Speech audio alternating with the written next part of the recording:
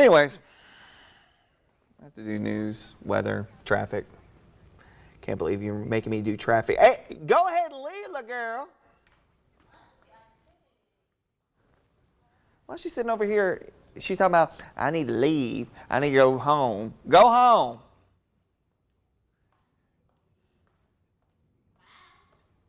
We'll see you in a little bit. You need to come back for the 7:56. Bye, Bookie. Bye, Bookie.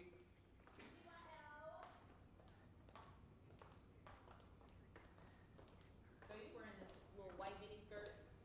I don't know. It's either that or pants. We don't want to. But I'm telling you, like when we go out to the boat, if we end up going out on a boat, like we're gonna be sitting there like, do you want to be in a miniskirt or do you want to be in pants? I want to be in this skirt, but I'm not asking her. Bookie gonna be pants. Well, that sounds like a personal problem.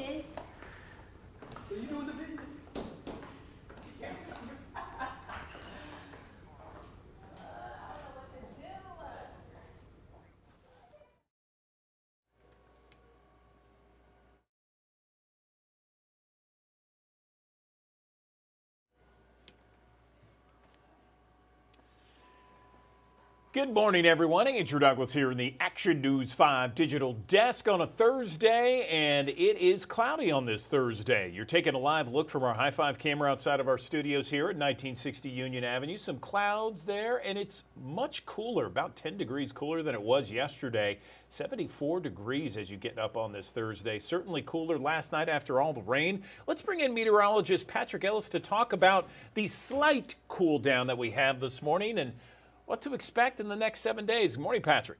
Hey, good morning. Yeah, the slight dip in temperature, slight dip in humidity is going to be part of the story here today as we take a look at clouds and radar. And yeah, there are clouds that are rolling through the Mid-South as we are kicking off the morning hours, but I do believe that there will be more sunshine breaks as we go through the next little bit. That frontal boundary is working its way down to the south. There's a little swirl right here moving across the Mississippi-Alabama border this morning and the northern portions of Alabama out towards the I-22 corridor. So as you're heading out towards like Hamilton, out towards Cordova, Alabama, not Cordova, Tennessee, Cordova, Alabama, and heading down towards Birmingham, dealing with some rain showers down that way. Also, showers and thunderstorms along the Gulf Coast this morning across Baldwin County, Alabama, as well as Mobile County down into the Mississippi Sound, and then also off of the coastline of Louisiana. Some big storms closer to Panama City this morning, working this way off towards the east and near that frontal boundary. For us here in the Mid-South, morning clouds giving way to more sunshine as we go towards the back end of this morning into the afternoon. A temperature near 90 degrees,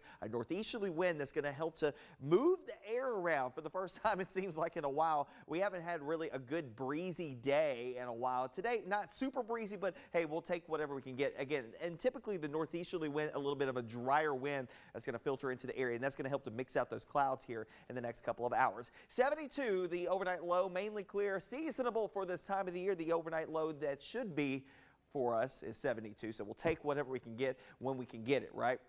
Here's a look at our first alert futurecast as we roll through tomorrow. Again, tomorrow will be another day where we're dealing with a mostly to partly sunny sky. Nothing too wild here.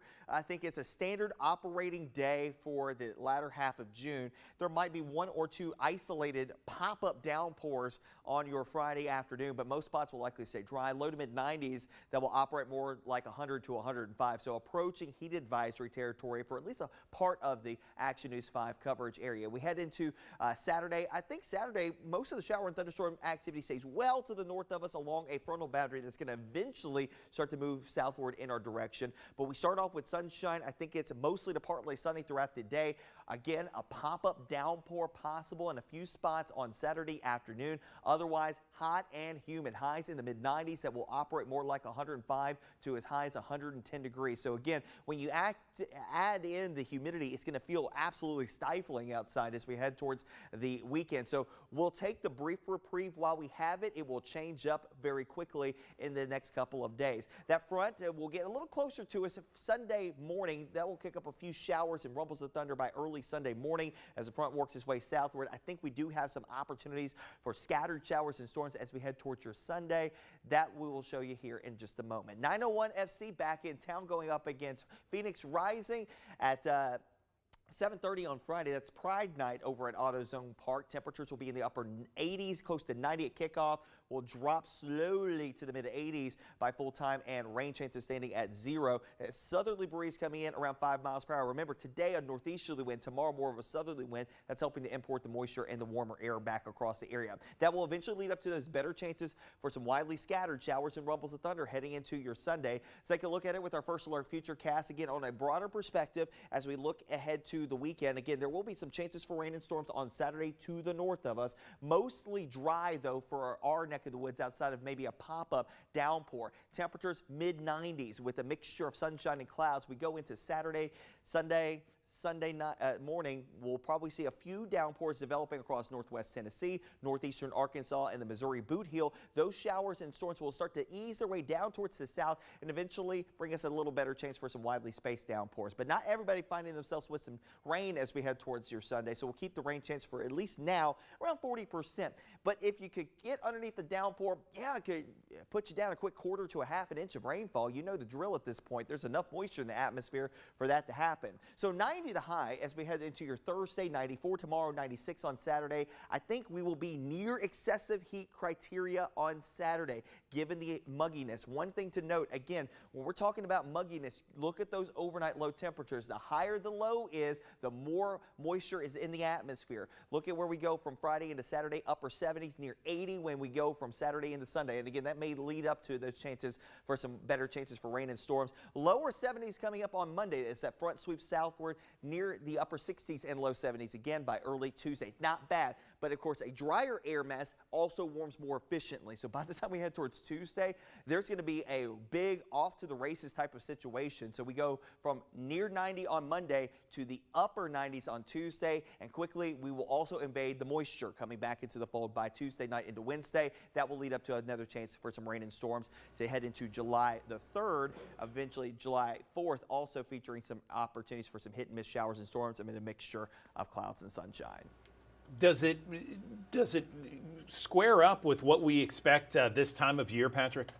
I mean, pretty much. I mean, the average high 91, the average low 72, 73. So, you know, we're right on par for where we should be. I mean, we're going to ebb and flow here. Yeah, there are going to be some hot days. There are going to be some slightly cooler days here and there. But as a general rule, this is, you know, when you take an average of all the numbers here, on the high side, we're just slightly above average. And on the low side, we are well above average because, you know, again, when you start averaging in the 78s and 80s in there, it definitely goes above the average. But needless to say, again, that kind of goes back into what we talked about a couple of days ago, you know, when it comes down to folks talking about climate change and things of that nature. You know, up north, it's a different story. You know, it's been more of the heat during the day. For us here in the Mid-South and really across the Deep South, it's more so the moisture that has increased over the years that has also increased our overnight low temperatures over the last several years. So we don't see nearly as many record highs. We see a lot of record low maximums. So maximum high, low temperature. So basically the warmest temperatures at night. So that's our issue that we've been dealing with. And of course, some of these downpours have been just torrential. Yesterday, I mean, some folks picking up 1 to 2 inches of rainfall, very short order. Then you add in the fact that some spots barely anything, just depending on where you were. It was a feast or famine type of situation. That's the going rate for you in the summer months. Okay, meteorologist Patrick Ellis spelling it out for us the next 7 days, including the Independence holiday. Patrick, we appreciate it. Thank you. No problem. All right, as we take a look at actionnews5.com this morning, you can see some of the top stories that we're following here. One has to deal with the $60 million shortfall revealed and hearing from MATA executives about that. You're also seeing the Grizzlies draft pick last night, Zach Edey at number 9, 7'4", 300 pounds, two-time National AP Player of the Year last year, played all 4 years at Purdue. He is now a part of the Grizzlies franchise. And of course, day 2 set to resume in the NBA draft later today at 3 o'clock this afternoon. Also want to point you to the pull down menu here, Digital Desk. If you click on it, you see all of our interviews from yesterday on the Digital Desk and from the days prior. You can see it all there. Had a great interview with Ace Atkins, New York Times bestselling author and Mid-Southerner there, talking about his latest book, Don't Let the Devil Ride. It takes place in Memphis, and there's a lot that he talked about there about that book. So great stuff there. Again, all on actionnews5.com. I want to take a short break, and then we'll get to some of the other top stories that we're following at this hour. But again, another live look from our High 5 camera here, where it is cloudy, 74 degrees at 7:08.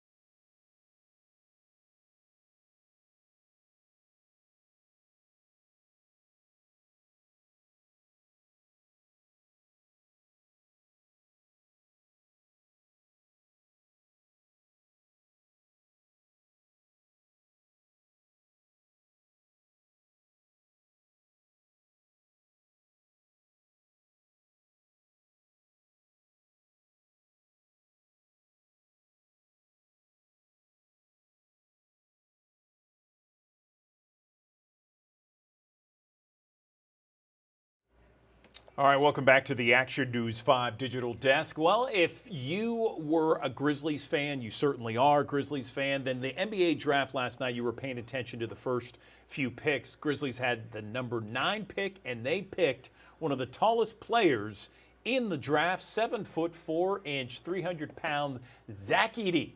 Big man from Purdue. The Grizzlies need a big presence down low in the paint after Steven Adams left, and the Grizzlies traded him away to Houston. We have Action News 5 Sydney Gray to give us a recap of last night and what to expect later today from the franchise. Hey, Andrew, good morning. Here outside of the FedEx Forum today as we get ready for the second day of the NBA draft. Now, this is the first time that the draft is extended to 2 days, and so we're going to be watching that coverage this afternoon. But let's talk about who the Grizzlies did draft so far already. The 9th overall pick, it went to Zach Edey. He is 7'4", nearly 300 pounds, and really someone that the Grizzlies organization is pretty excited about getting.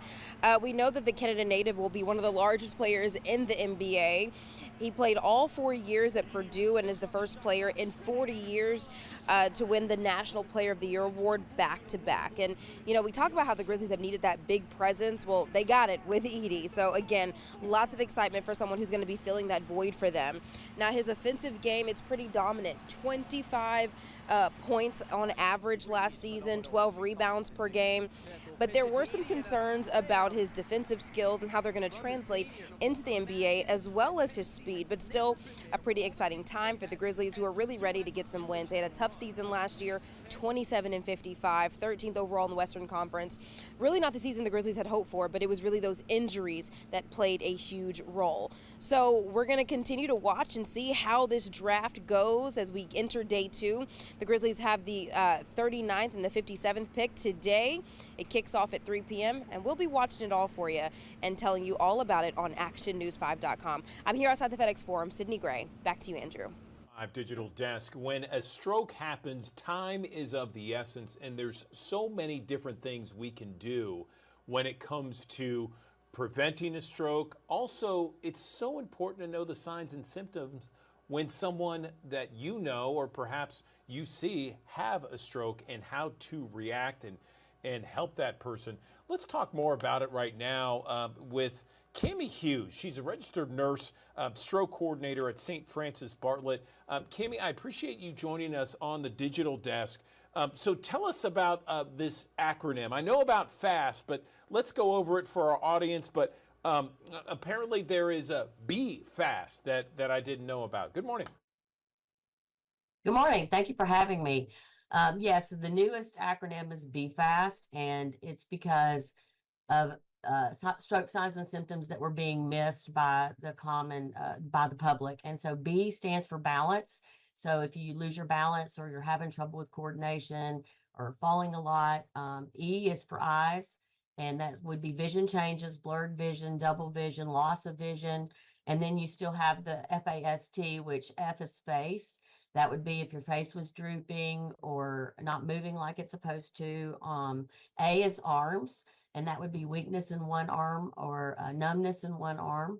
And then S would be speech. So having trouble speaking or speaking with slurred speech or having difficulty getting words out, anything related to speech. And then the last is T, and that's time. And that's time to call 911 and get help.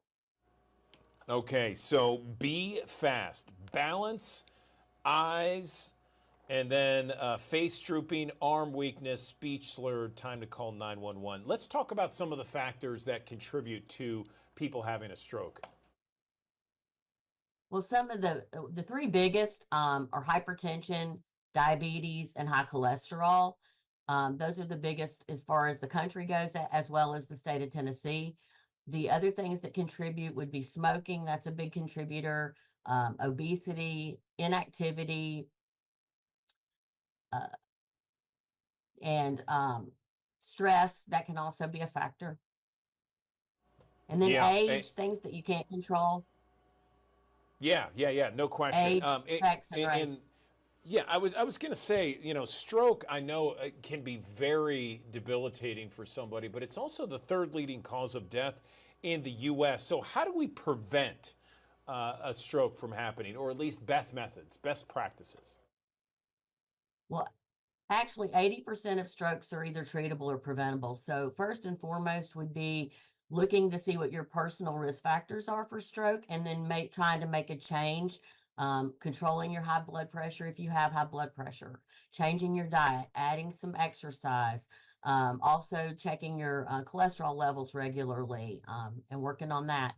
Then the other things that can be done is if you are having a stroke, seeking help right away is important, because if you get to the hospital fast enough, then there is medicine that they can give you to try to stop the stroke.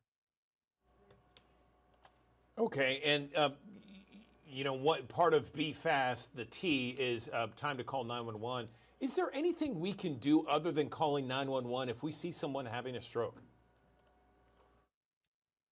No, if someone's having a stroke, the best thing you can do is call 911 and get them to the emergency room as fast as possible. Okay, all right. Anything else we can touch on when it comes to stroke? We've talked about signs and symptoms and ways to prevent. Anything else, Cammie, before we let you go? No, it would just be, please, we want to make sure that that there's lots of education out in the community. If you have any questions, you could call the hospital and we could set up a community education for your facility or for your church or for your school.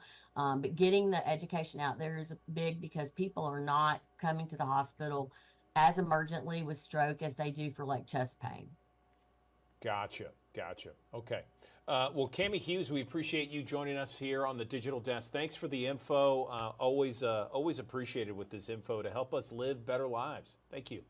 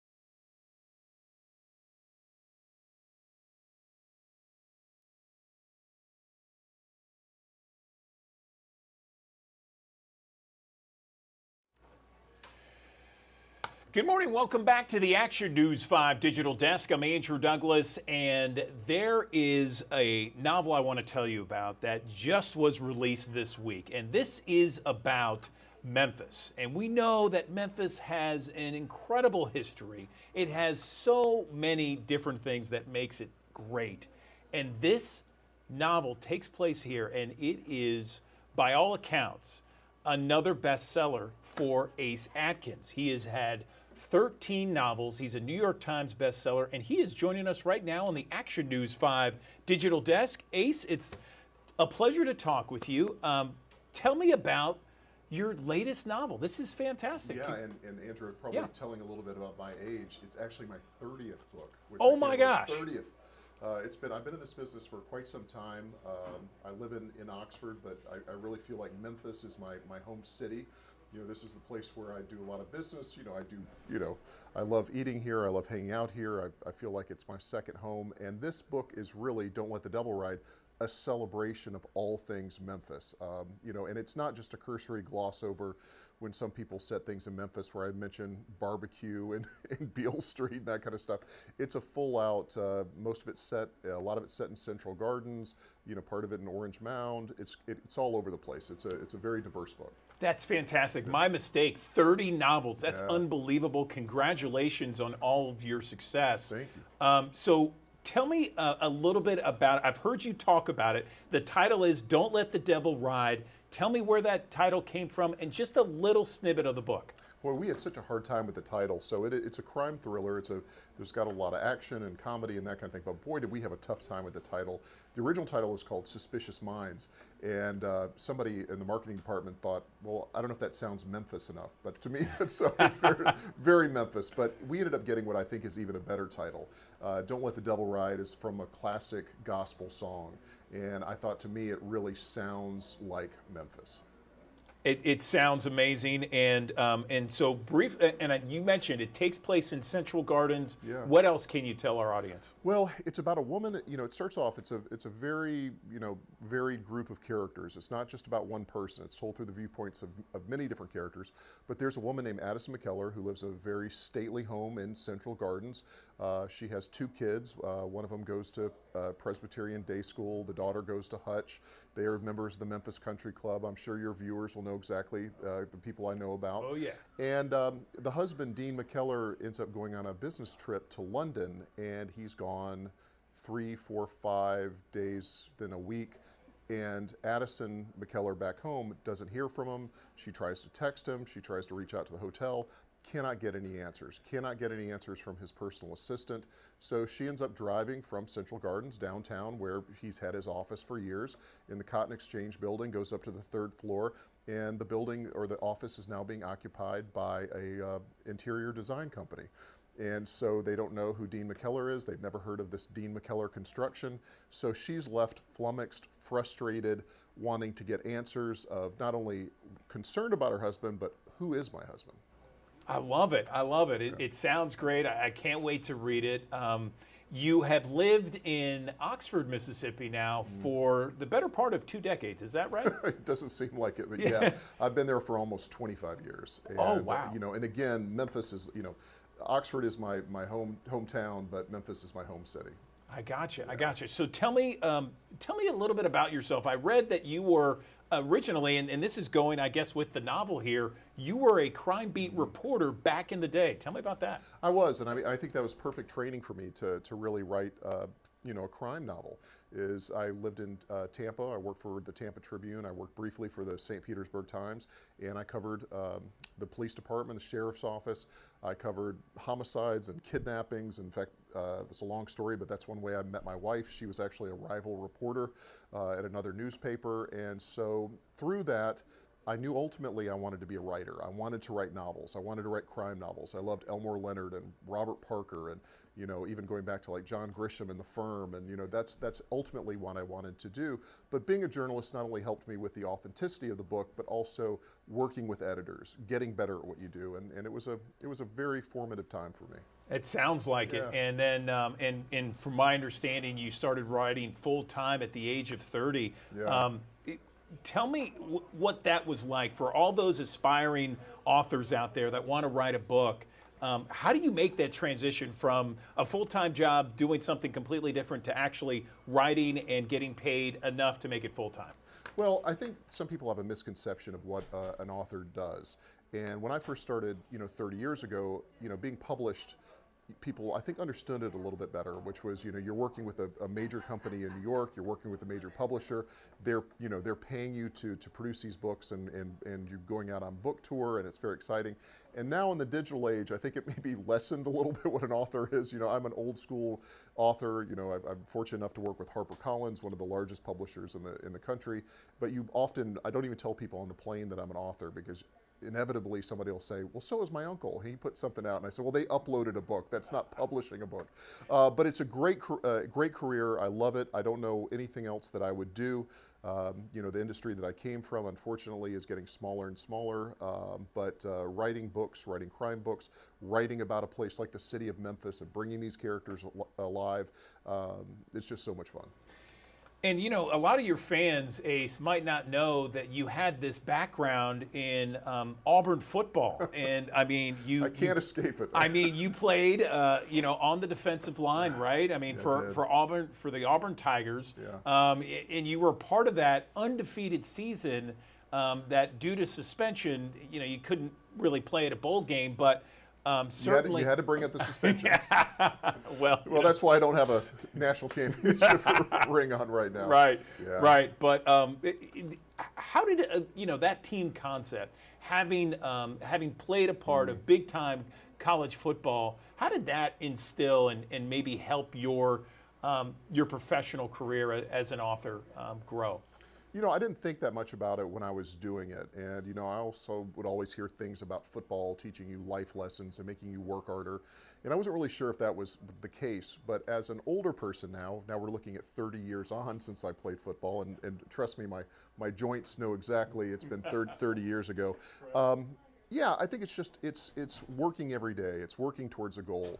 It's trying to get better. It's trying to write another book that tops the next one. It's always on to the next season, which is your next novel. So yeah, I think I took something from it. What would be your writing style that you would give someone who, we have thousands of people that watch us here on the digital desk that, someone is hearing about you for the first time. They're interested in this book. It's set in Memphis, Central Gardens. What would you, how would you compare your style of writing? I think, I come from very, old school, kind of writing style from, Dashiell Hammett and Raymond Chandler. One of my good friends, and also a hero of mine was Elmore Leonard. So, if you've seen movies like Get Shorty and Out of Sight, crime movies with a little bit of comedy in them, a lot of laughs, and it's hard when I explain a story like Addison that her husband is missing. This is not a run and gasp kind of book. She's not even really that upset by it other than just being lied to. And it's equally the story about a guy named Porter Hayes, who is a legend in the city of Memphis. This is a guy that has had an office down on 2nd and Madison, since 1971, and is a hero in the black community. He was a good friend, a karate partner of Elvis Presley. So the Memphis story runs deep. But yeah, I mean, if you like, Elmore Leonard, John Grisham, Southern novels, Greg Iles, but certainly if you want to come in and have some laughs, and if you know the city of Memphis, I think you're going to get even more out of it. All right, Ace Atkins, Mid-Southerner, New York Times bestseller, author of some 30-plus novels. The latest, Don't Let the Devil Ride. It is out this week. Anything else before we let you go? Just buy the book. I mean, that's why I'm here. This is it. Get out, buy the book, buy multiple copies, buy them for your friends, and put Memphis, on top. We love it. All right, Ace Atkins, we appreciate your time on the Action News 5 Digital Desk. Thanks very much. Thank you. Love that interview with Ace Atkins, New York Times bestseller, Mid-Southerner, lives in Oxford. He has for the better part of 2 decades. I want to tell you about one of our top stories this morning.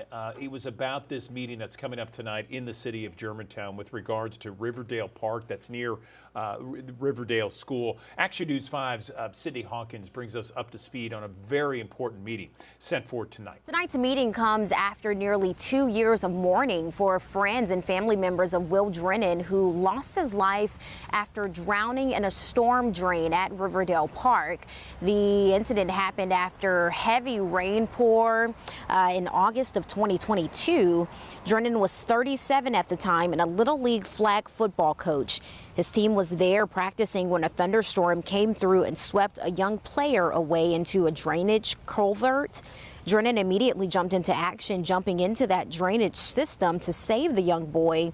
The boy survived due to Drennan's actions, but Drennan unfortunately did not.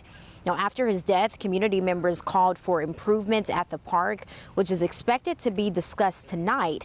City leaders say their plans already include upgrades to the drainage system to prevent flooding and enhance usability, improvements to the parking areas along Neshoba Road for a safe entry and exit, as well as an addition of an ADA pathway from Neshoba Road to Riverdale Elementary.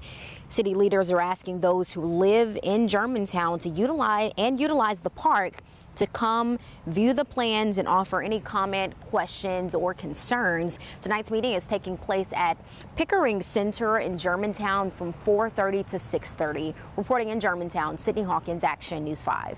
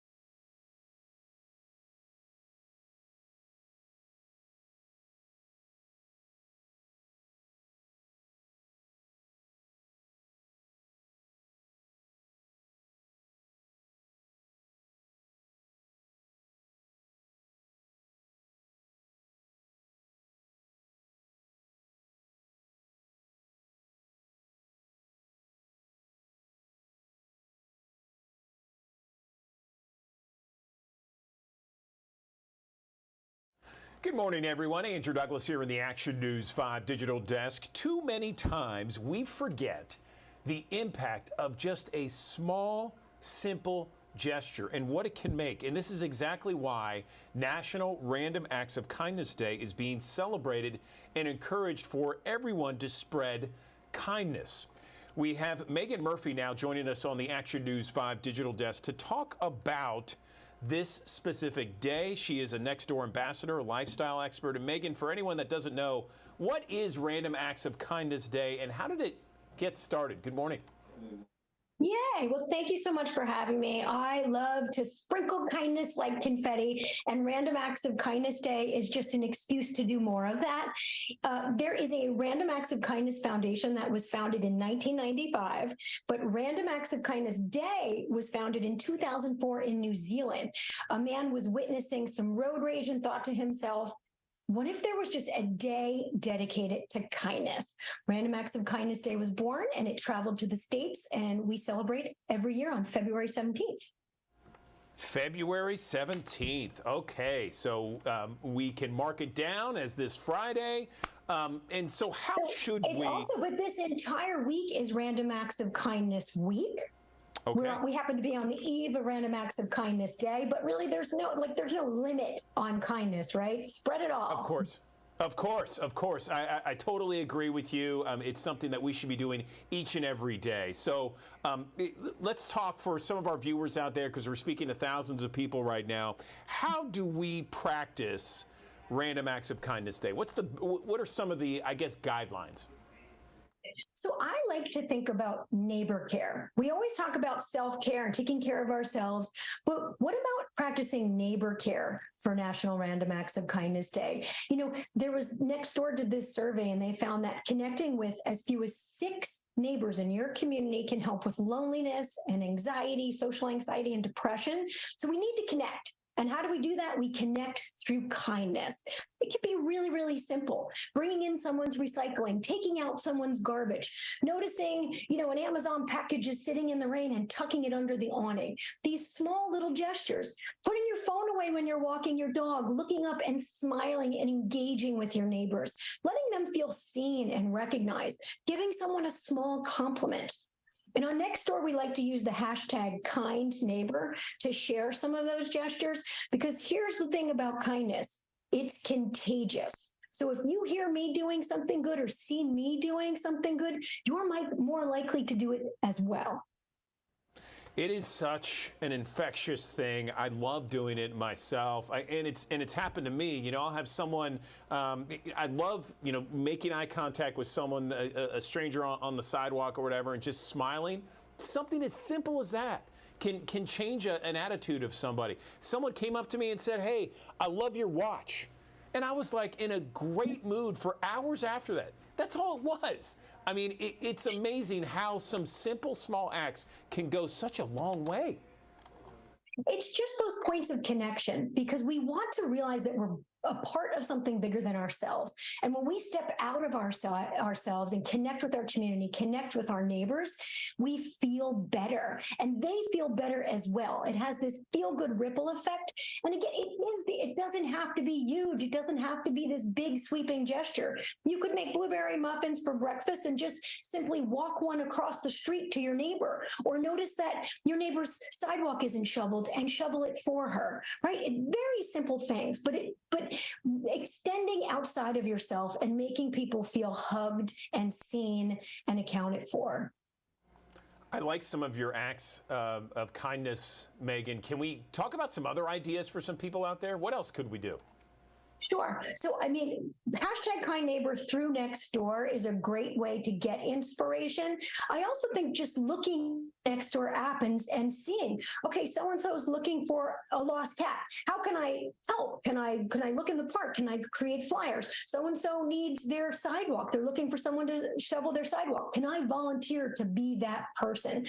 Really seeing a need and wondering how you could fill that void. Another thing that my kids and I do is we paint kindness rocks. We'll write positive message on rocks, and we'll tuck them on the park bench or put someone by someone's mailbox, just for that little, hit of yay or joy in an unexpected way on an unexpected day.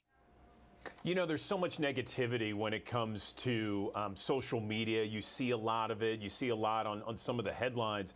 So an opportunity of something just so small that's positive, that's uplifting, happy in nature, can go such a long way for so many people. Where can some of our viewers get some more information about National Acts of Kindness Day? So you can download the Nextdoor app. Just look for the little green N in the App Store. And when you get onto the feed, look for the hashtag kind neighbor, because that's where we're going to be sharing all of these really wonderful random acts of kindness. And they're not that random, right? Like, make a pointed effort to practice kindness. Absolutely. Megan Murphy, really appreciate you joining us on the Action News 5 Digital Desk. Thanks very much. I love your shot right there. It's positive, it's uplifting. I just did a random act of kindness. Very easy to do, right? Yay, thank you. All right, have a good one, okay?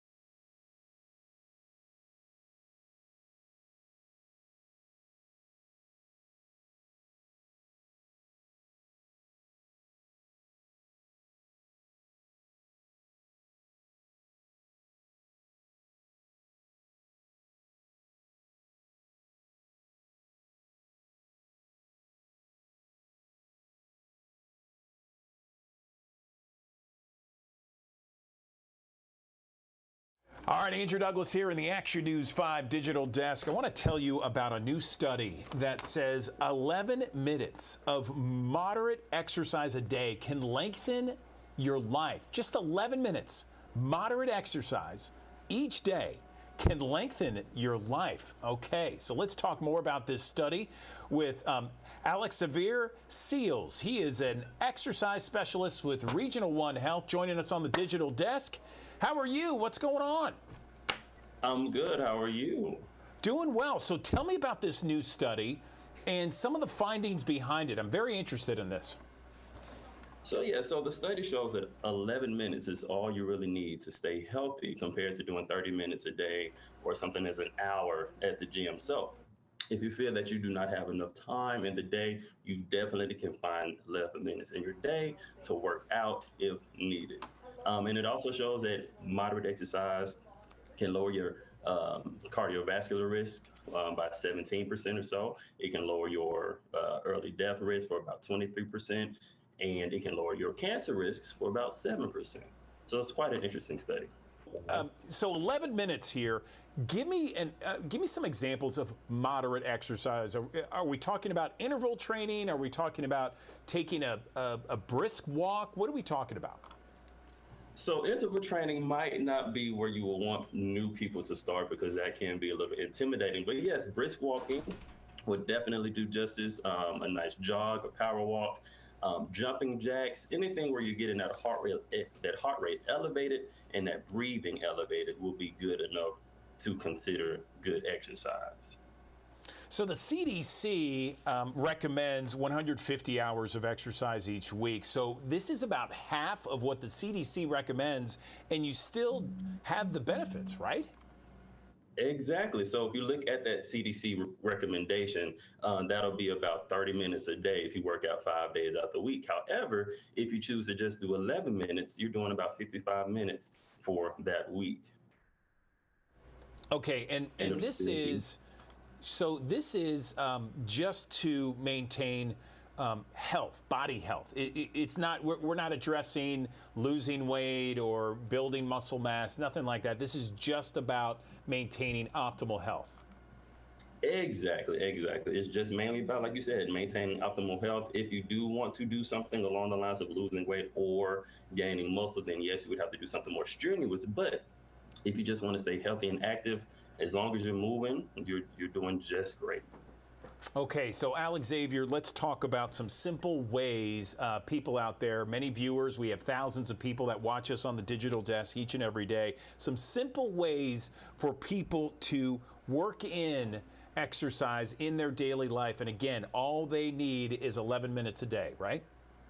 Yes, exactly. So some simple things that you can do are, like we said earlier, you can walk. So if you find yourself at work, you have an hour lunch break. Take your time, walk in the parking lot, walk around the building, go talk to your coworkers productively and engage in motion.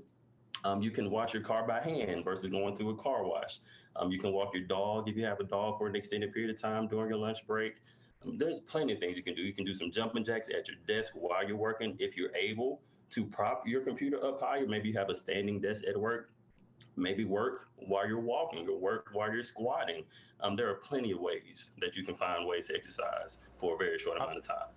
I like that. I like that. And then, and I know it's so important to keep moving. Can you talk to our viewers about why it's important to just kind of keep the body going? Yes. So moving is one of the biggest reasons that we know that we're living. So why not move and express that energy and that vitality that we have when we move? So it is very important to stay active, very important to stay healthy. We want to have the best, healthiest, longest lives that we can. And the simple fact is moving will get you there. So as long as you're moving, you do not have to do anything strenuous. Just do something, because something is better than nothing. Exactly. Well said there. Let's talk about some ways that people can find maybe some of these recommendations, suggestions, tips online, and what's the main point you want to leave people with after this interview? Yeah, so you can always refer to the CDC. We've spoken about them. You can go to the World Health Organization's website and find recommendations as far as what they consider good exercise habits. If you go to your local gym, I'm sure the trainers there will be able to assist you and let you understand more about optimal health and exercising appropriately. And I would consider the biggest takeaway that I would want people to know about exercise is that it does not have to be hard. It does not have to be difficult. It can be fun. So just get out there and move, get out there and do something, be happy, be active. All right. Yes, exercise can be fun. Nothing wrong with that. All right, Alex Xavier Seals, exercise specialist with Regional One Health. We appreciate your time. Thanks for the recommendations. Thank you so much.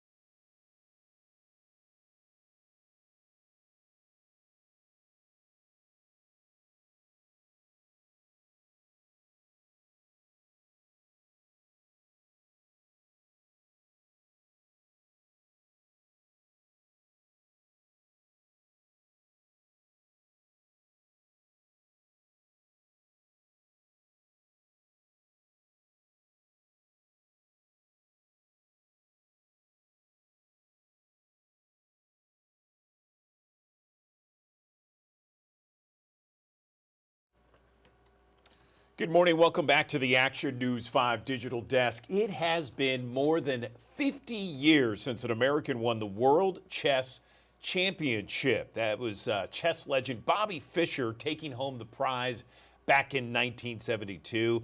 And today's young American talent, that streak may finally be coming to an end. At just 14 years old, Alice Lee took home the top prize at this year's America's Cup in St. Louis. So let's talk about the future of American chess and what that's all about with a grandmaster himself, Maurice Ashley, joining us on the Action News 5 Digital Desk. He is the first African-American grandmaster back in 1999. Since then, he's been a commentator. He's covering every class of chess. He's written a new book, and he joins us on the Digital Desk. Maurice, I appreciate you being here. How are you? I'm great. Thanks so much for having me. I'm glad you're here. I'm a big chess fan myself. I play online right now. And tell me about the future of American chess. Where are we when it comes to the world? Where's American chess? Well, the United States is one of the top countries in the world when it comes to chess. Chess actually won an Olympic title a few years back. And we have top players, whether it's Fabiano Caruana, he's the number 2 player in the world. Hikaru Nakamura, the number 3 player in the world. We also have great youngsters who are coming up. You mentioned one, Alice Lee. She is a really bright talent, only 14 years young, and took down a lot of veterans at the American Cup recently. But other names spring to mind as well, whether it's Sam Sevian, who's a beast of a player, young Brewington Hardaway, who may become the second African-American grandmaster in history. The list just goes on and on. The future is absolutely bright for American chess. I love hearing that. I really do. Tell me how St. Louis got involved in all this. I understand like St. Louis is like the heart of American chess right now. More than just the heart, it's the capital of chess in the United States. And that was designated by Congress 10 years ago. It started with a couple of philanthropists, Rex and Dr. Jeannie Sinkfield, just chess fans who thought, chess is a great thing, love to play. Let's start a little chess club. Little did they know it would just blossom and start to flourish as a place where you would have chess for kids at school. You would have some of the biggest tournaments in the world. The U.S. Chess Championships are there. The Sinkfield Cup, which draws the top 10 players, the elite of the chess world playing. And I often say you could throw a rock and hit a grandmaster in St. Louis. It has the World Chess Hall of Fame and also the biggest chess piece in the world as well. It is really almost the Disneyland of chess. If you go to St. Louis, it's absolutely a great place for all things chess. Awesome. Awesome. Good to know that. Let me ask you this. One of my favorite series ever in Netflix was The Queen's Gambit. Tell me what you thought of that series, and has that spurred more interest in the game? Yes, it's a fabulous series. So many people watched it. And a lot of chess players, I'll tell you, when we look at anything that has a chessboard on it, whether it's a commercial or a TV show, we're always looking for mistakes. This show had none. It was authentic. It showed the way chess players actually act, think, feel, the competition, the drama. It was incredible. The character was wonderful as well. It had a couple of professionals who worked as consultants on the show, so they made sure that it was airtight. And it had so much interest that it created a new boom for chess. Myself, I've been not only writing more chess books, but also doing a lot of corporate speaking as a result of the fact that so many people were interested in hearing not just about chess, but also the strategies from chess that you can connect to business and everyday life. Wow, that's great to hear. I think at the time it came out, Queen's Gambit like broke records for Netflix and the amount of people watching it. So, and I'm a huge chess fan myself. So tell me about Maurice. Tell me about your new book, Move by Move. Move by Move: Life Lessons on and off the chessboard. The kinds of lessons that I learned playing this game, I want to share with not just chess players, but everyday readers. For me, chess has just been life-changing. And there's so many lessons I talk about, whether it's knowing your opponent's ideas, thinking about them first, all competition begins, all competitive strategy begins with thinking about the other person's ideas, not your own. Whether it's things like learning from your mistakes, we chess players, we embrace our mistakes. We don't run away from them. We study them very, very carefully in order to avoid making those same mistakes in the future. Another one is becoming like a child.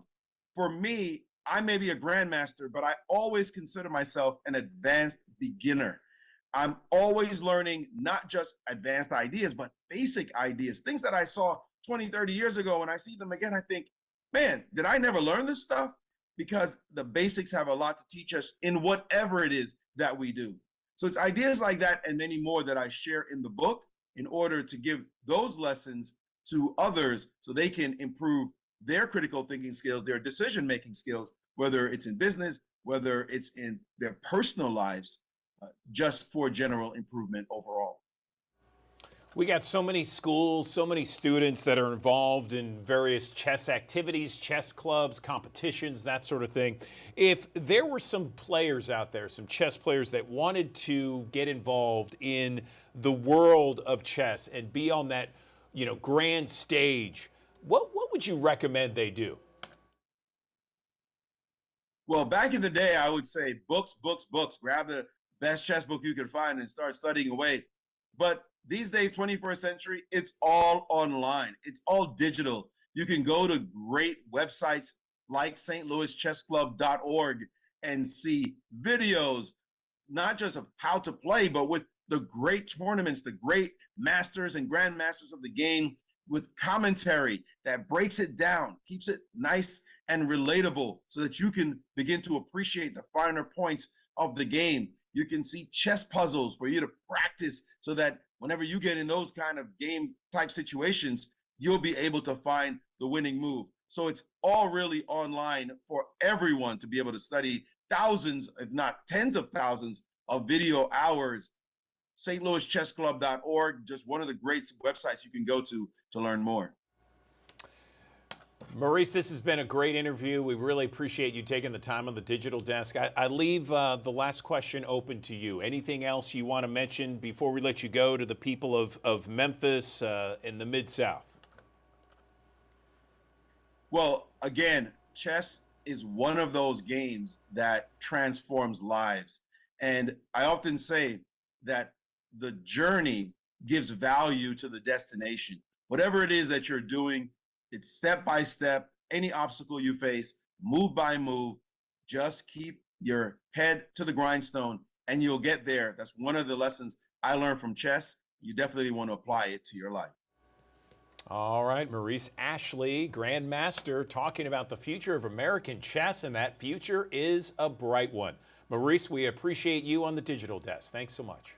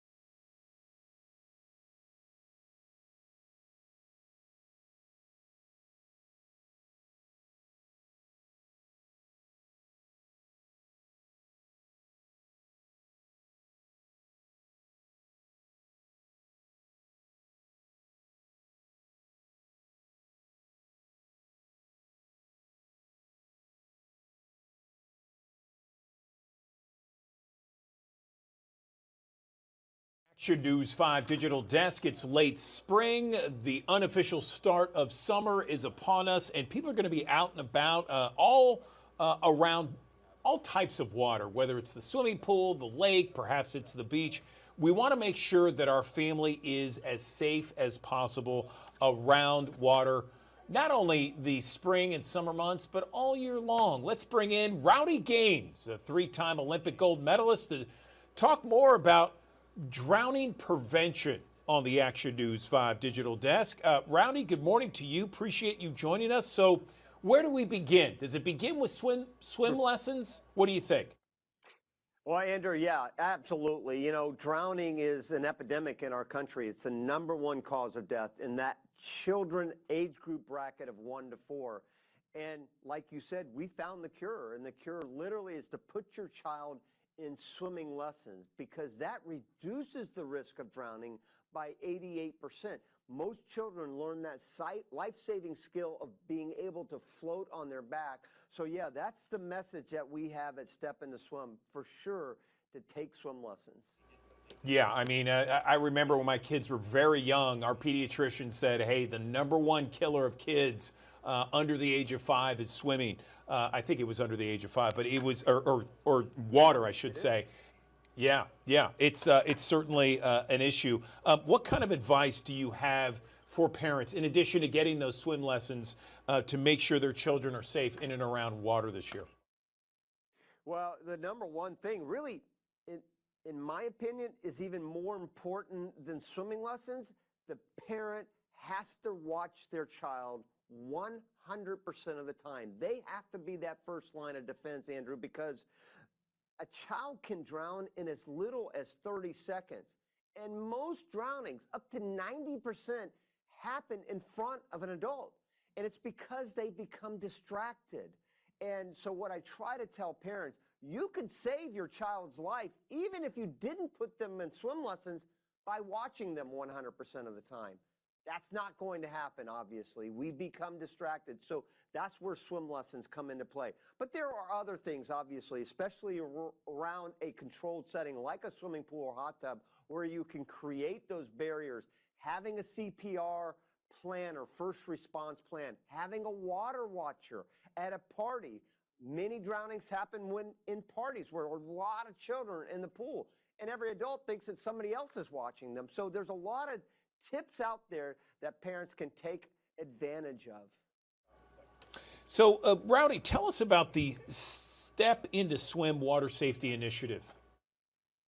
Yeah, Step Into Swim is that initiative from the Pool and Hot Tub Alliance, and our members have sort of wrapped their arms around this mission to be able to help provide grants to swim lesson providers around the country to teach that life-saving gift of taking swim lessons, especially to those underserved and fragile neighborhoods where drowning happens at a much higher rate than other areas of the country. So we want to be able to provide that magical gift to families and children, regardless of whether they have the ability to be able to take those swim lessons or not financially. What about swim lessons? I mean, what age? I remember my kids were super little. We put them in swim lessons. It didn't do anything. It wasn't until later that they really, it really kind of grabbed onto them and they were able to swim. What age do you recommend? You know, that's a tricky question because every child is different, Andrew. I mean, it's every child perhaps within one family could be different at what age they put their child in lessons. My advice, personal, is when a child knows how to walk, they're going to find the water, right? I mean, it's like a magnet.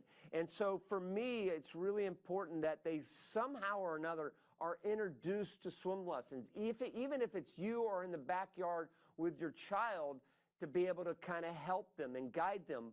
But to be able to have those formal lessons really teaches that specific skill set of being able to float on your back. So, you know, it can be something as simple as mommy and me classes when they're real young, but certainly it's never too young to learn and never too late to learn as well. Parents can learn to swim as well. I agree with you. Where else can people go for information with regards to the Step Into Swim Safety Initiative or anything else just to keep their kids safe this summer? Well, there are so many different, websites that can help children and families find those necessary places.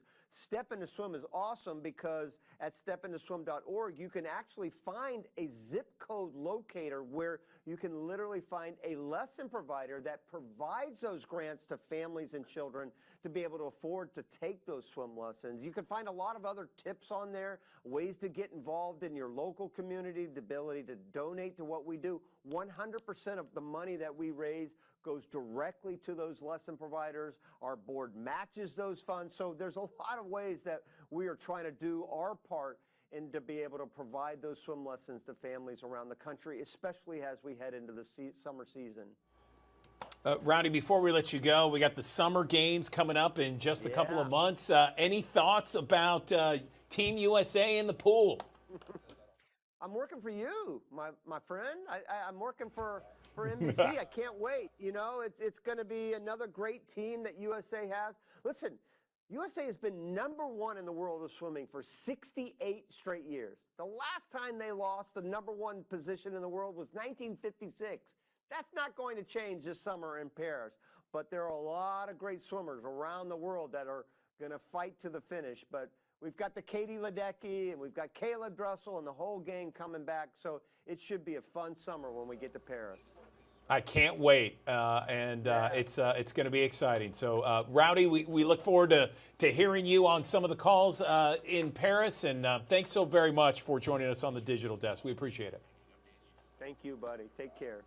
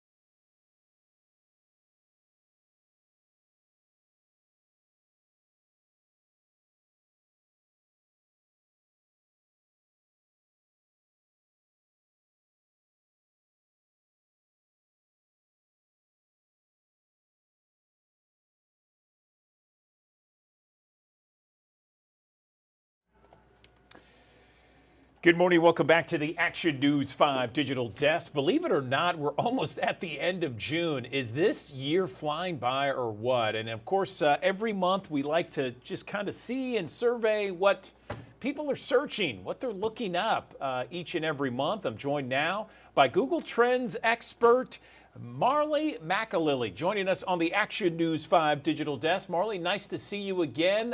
June.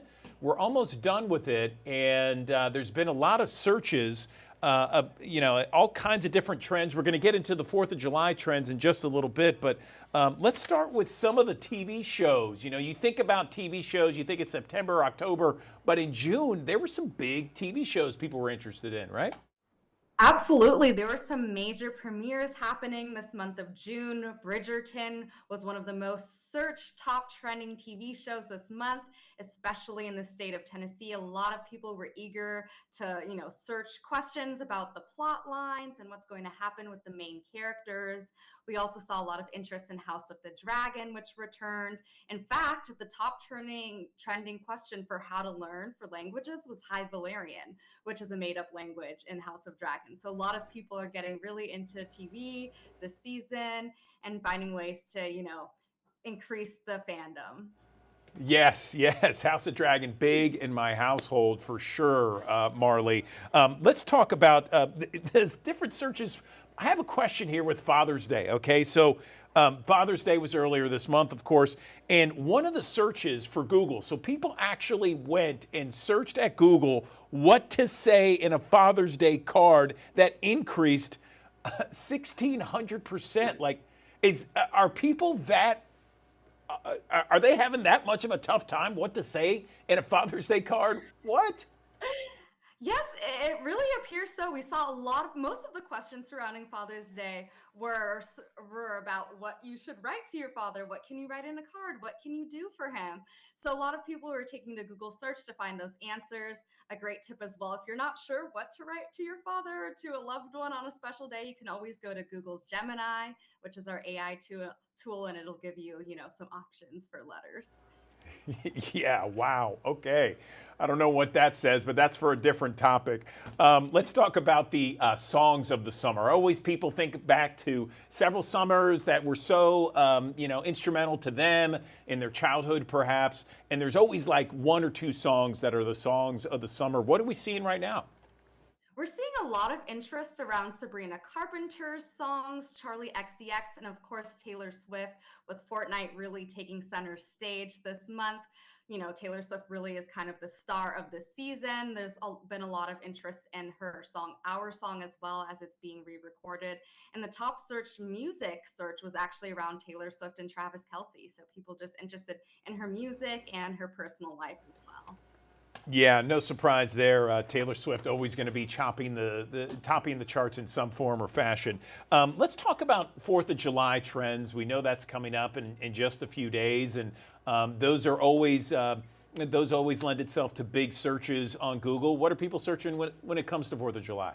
Yeah, so people are always excited for different ways to celebrate the 4th of July, whether that's grilling and cooking food. People were looking up how to grill pineapple slices or how to grill halibut if they're planning on having, you know, a communal celebration around food. But people are also searching for different 4th of July sales, like 4th of July golf sales or 4th of July paint sales. So finding some unique and interesting ways to celebrate the holiday. And one of my favorites is that hot dog eating contest actually surpasses 4th of July grills searches each year. Wow. Okay. Yes. Nathan Hot Dogs, I believe, the big sponsor for the hot dog eating contest. I always like to look at the odd news each and every month just to see what people are searching. And I see that odd news, baby names, and Steph Curry baby name and Sophia Richie baby name. Tell me what's going on there. Yes, yeah. So as I was mentioning earlier around the new TV shows coming out and the Taylor Swift fandom, people were searching for Bridgerton-inspired names and Taylor Swift-inspired baby names. And then in Tennessee, the most popular baby name that was being searched was Isla. So some really unique names that we're seeing across the United States as, you know, it seems like baby fever is really in way. It's like you are correct about that. Everywhere I go, I am seeing babies and pregnant women everywhere. It is certainly a baby boom, I think, of some sort. Anything else before we let you go, Marley? No, that's all. That covers all our categories. Awesome. Well, Marley McAlilly, we appreciate you every time you come on the Action News 5 Digital Desk. Thanks for the deep download. By the way, can you remind our audience where people can look up these trends for themselves? Absolutely. You can go to google.com/trends. All right. Marley, thank you so much. We appreciate it.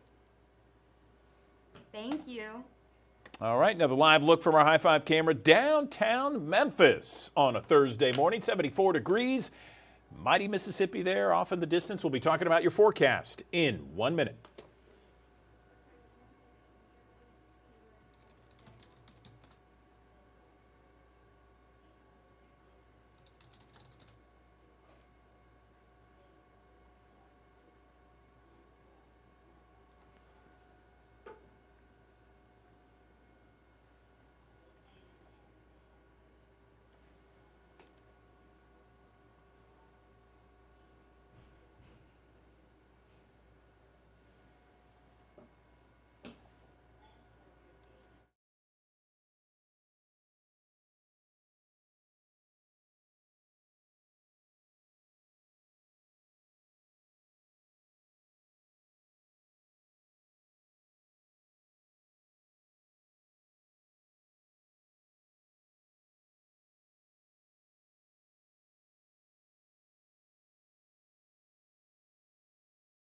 Thanks for joining us here on the Action News 5 Digital Desk. Here on a Thursday, the rain and storms have exited the Mid-South, but we still have a small chance that we could catch a quick shower, mainly in northeastern Mississippi later on today. Most spots, though, likely to stay dry.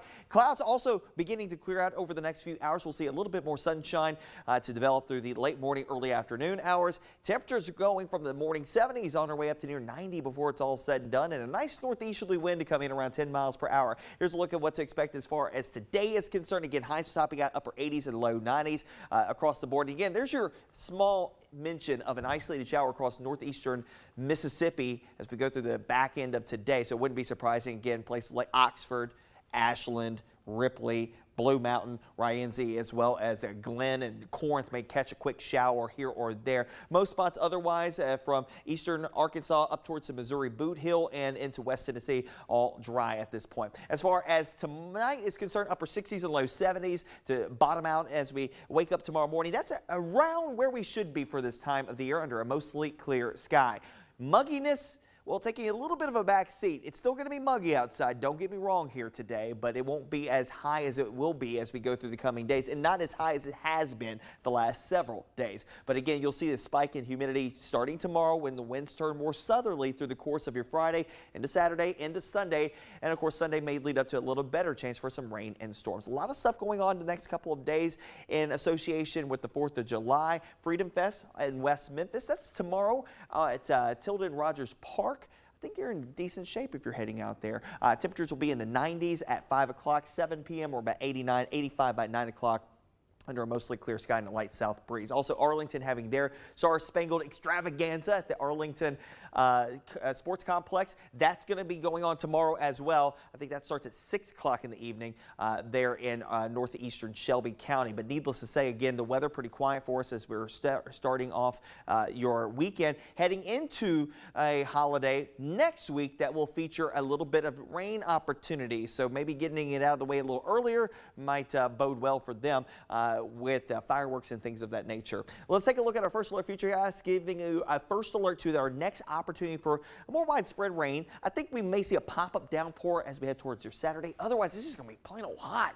Mixture of clouds and sunshine on Friday and Saturday. Temperatures will top out middle 90s both days. I think on Saturday with the increase in humidity, feels like temperatures this day could very well be approaching excessive heat criteria. It could be very close to it at least. Here comes our frontal boundary dropping in here overnight Saturday into Sunday. So by early Sunday morning, a couple of showers up towards the Missouri Boot Hill, northwest Tennessee, moving into northeastern Arkansas. That will continue to drop southward. So again, some sporadic downpours from time to time, not in every single location nor all day long through your Sunday. Probably closer to the I-40 corridor, late morning, early afternoon into the early evening hours, down into North Mississippi as the front continues to sag down to the south. We should clear everything out just in time for the start of our next work week, and for a lot of folks, a shortened work week with the 4th of July Independence Day coming up. Of course, we want you to stay weather-aware anytime and everywhere on the Action News 5 First Alert Weather app. Download it in the Google Play Store and the Apple App Store. Upon the 7-day, 90 today. Again, a northeasterly wind coming in around 10 to 15 miles per hour. At least is going to move the air around a little bit, but it's still going to be a warm wind for us, and the humidity level's taking a click down, but it's going to quickly go right back up and even exceed where we were today into your Friday, Saturday, into Sunday. Again, Sunday leads up to a little better chance for some rain and storms. Wouldn't be surprised if we have a heat advisory for parts of the area on Friday, maybe upwards of excessive heat warning criteria by Saturday before we get those rain chances to sneak in here Sunday. We get it out of here fairly quickly, back to the upper 80s and low 90s on Monday. A very quick ramp up in temperatures come Tuesday as a ridge of high pressure builds right on top of us very quickly. So again, it's going to go from 0 to 100 very quickly, and really we'll say 90 to almost 100 as we head towards Monday to Tuesday. A little better chance for some rain and storms to sneak in with an approaching front by next Wednesday. We may have a few storms that will take us into next Thursday, Independence Day. Of course, one way to find out that information, you can look at it on the Action News 5 First Alert Weather app. Again, a download in the Google Play Store and the Apple App Store.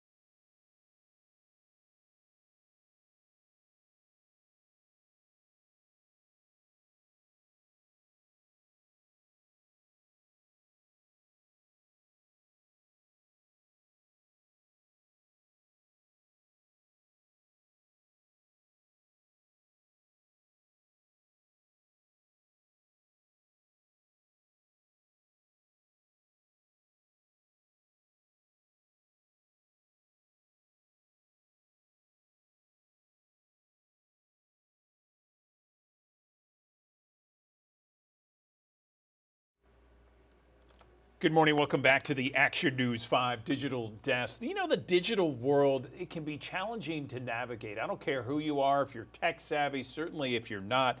Snapchat. Have you heard of Snapchat? I know your teen has, and perhaps younger adults out there. It's working to make its app even safer, now expanding to a wide range of features to help keep the Snapchat place an area where people can be comfortable expressing themselves with the friends they know in real life. Let's talk more about some of these extra protections right now. I'm joined by Rachel Hockhauser, the head of safety operations outreach for Snapchat. She's joining us on the digital desk. Rachel, good morning to you. Tell me about these expanded safety features. Good morning, and thanks so much for having us here today. So Snapchat is made for real friends to communicate, and today we're announcing expanded features to really help reinforce that communication is happening between people who know each other in real life. So for example, one of the features is a pop-up message that a teen would get when we can see that they're being communicated with by somebody they may not know, urging them to consider whether they want to be in contact with this person. We're also preventing certain suspicious friend requests from even reaching teens to begin with. We are also, one we're really excited about is an improvement to our blocking system. So now, we encourage users to block people when when somebody is reaching out to them with unwanted or unwelcome contact. And now that single block will block any associated accounts now or into the future made by that person who's offering the unwelcome contact. And so we're really excited about the improvements that these features will make to keep communication on Snapchat between people who know each other in real life. Was there an issue that brought this about, or is this something that's just evolved? I mean, how did this happen? It's an evolution, quite honestly. We have in the past been working to keep our users safe and platform and Snapchat a place where people can engage joyously and safely. We've been doing it in the past, we're doing it now, and we'll continue doing it in the future. Because when we're talking about safety on Snapchat, and also in particular the safety of our younger users, our work is never done. So when someone logs on, for example, today, are they going to see the safety features? Do they have to enable them? How's it going to work? No, they don't have to enable them. It's part of the basic functioning of the application now. It's of the app now. It's just updates that we've made and we're really excited about. So we want people to know about them. And there are all kinds of safety features like that that are built into the app, some of which actually engage with the user, just like that pop-up. Okay, and did you mention the location sharing? Tell me more specifically about that, because I know location is a very sensitive issue. Sure, I didn't talk about location sharing, but I'm glad you asked about it. Location sharing is something that has to be opted into on Snapchat. It is off by default for all users. And so it has to be opted into specifically. And then you can set to share your location with particular friends and not with others, or particular posts and not with others. So there's a lot of, it's very dynamic. It's not a choice to, okay, I'm gonna turn on location sharing and then you're just sharing it with everybody.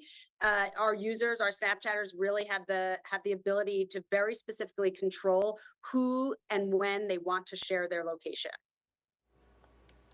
We have thousands of people that watch us here on the Action News 5 Digital Desk. Rachel, anything else we can touch on, maybe for those parents, grandparents, aunts and uncles, family members that have younger people in their lives and maybe aren't familiar, firsthand about Snapchat? Anything else you'd like to tell them?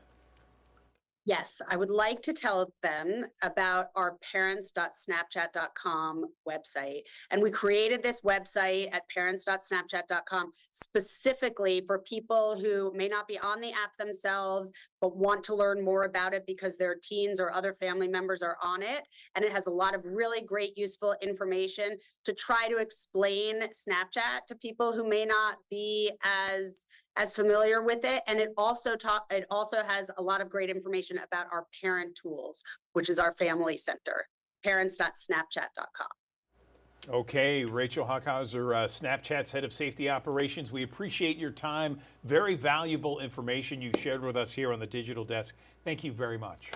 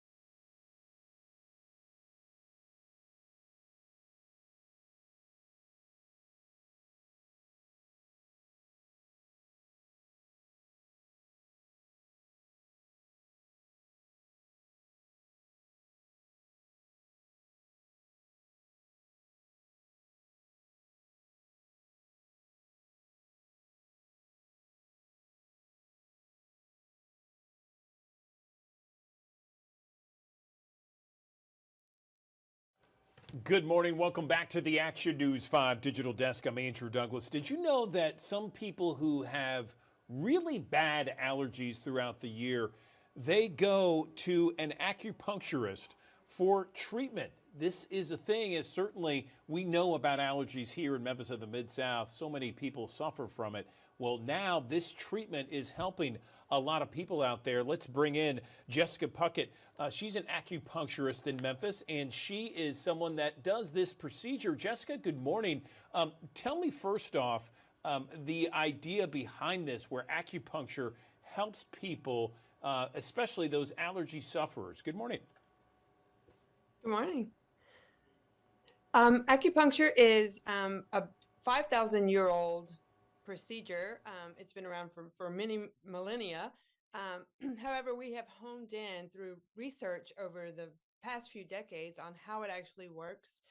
And we have discovered there are really intricate connections in the ear that connect with the brain and how your body responds to your stimuli around you. So this procedure that we utilize for allergies is called the SAAT, S-A-A-T, auricular acupuncture treatment for allergies. And it's very effective, about 80 to 95% effective in the way your body responds to different allergens. That's pretty fantastic. And my understanding is that you are the only practitioner in Memphis doing this type of treatment. Is that in fact the case? And tell me why others aren't doing this. Well, it is a fairly new protocol that we're using. I actually went to train with Dr. Nadir Soliman, who is the founder of this particular protocol for allergies. And I got my certification through him. In fact, I'm going back to train with him for more with some clinical training to get deeper into research and studies. But it has recently become known specifically for treating alpha-gal, which is the red meat allergy that you receive from a tick bite. And it's very effective for that. So that is what it's become more popularized for. The word is spreading for that treatment. However, we can treat any type of allergens, environmental, food, toxic exposures, and things like that. So it's very fascinating to me. So the procedure is referred to as SAAT. How many treatments have you done? And are these people that are, really big allergy sufferers, or are they just kind of moderate? And give me the before and after. Well, we can treat anything from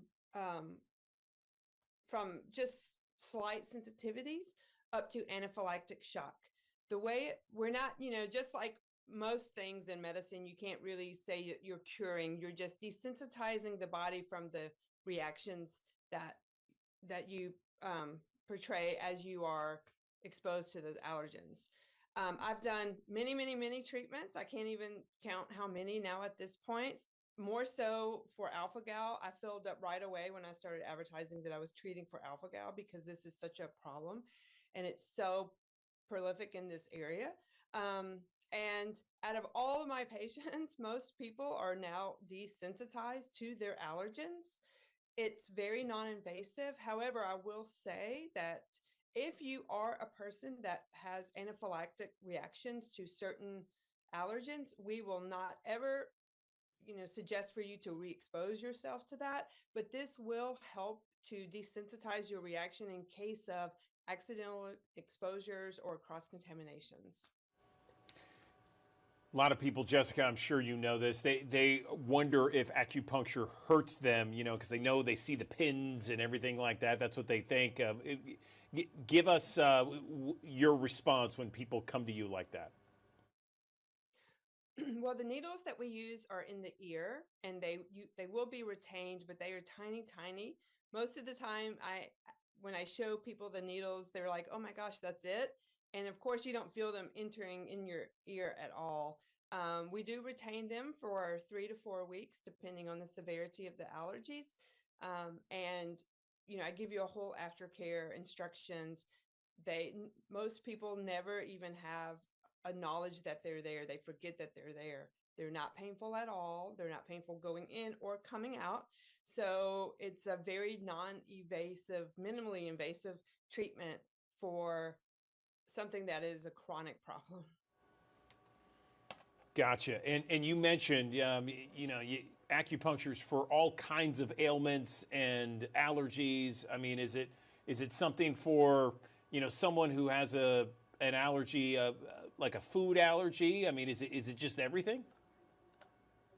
Yeah, I mean, alpha gal being one of the food allergies that is for red meat or any hoof animals, really, it's an oligosaccharide allergy, up to gluten, dairy, peanuts, soy, or even chemical exposures like certain laundry detergents or perfume, chemicals exposures that, people that have eczema have a lot of sensitivities to chemicals, whether job related or whatsoever. So we can help address a lot of things with this procedure. That's fantastic. Okay, good deal. So we're learning about this right now. We have thousands of people that watch us on the digital desk, Jessica. If someone wanted to learn more about the SAAT or anything else, where can they go? Well, my website is saatmemphis.com. I have a lot of FAQs on the procedure. I actually have some videos explaining the procedure. You can chat with me. There's a chat function, or send me an email if you have very specific questions. I'm more than happy to respond and answer any questions that you may have. If you want to get started right away, there's a book online function that you can go ahead and just book online with me, and we can get going. All right, Jessica Puckett, we appreciate you and the knowledge you just dropped on the digital desk. Thank you so much for illuminating us to this procedure to help people who are big-time allergy sufferers. We appreciate it.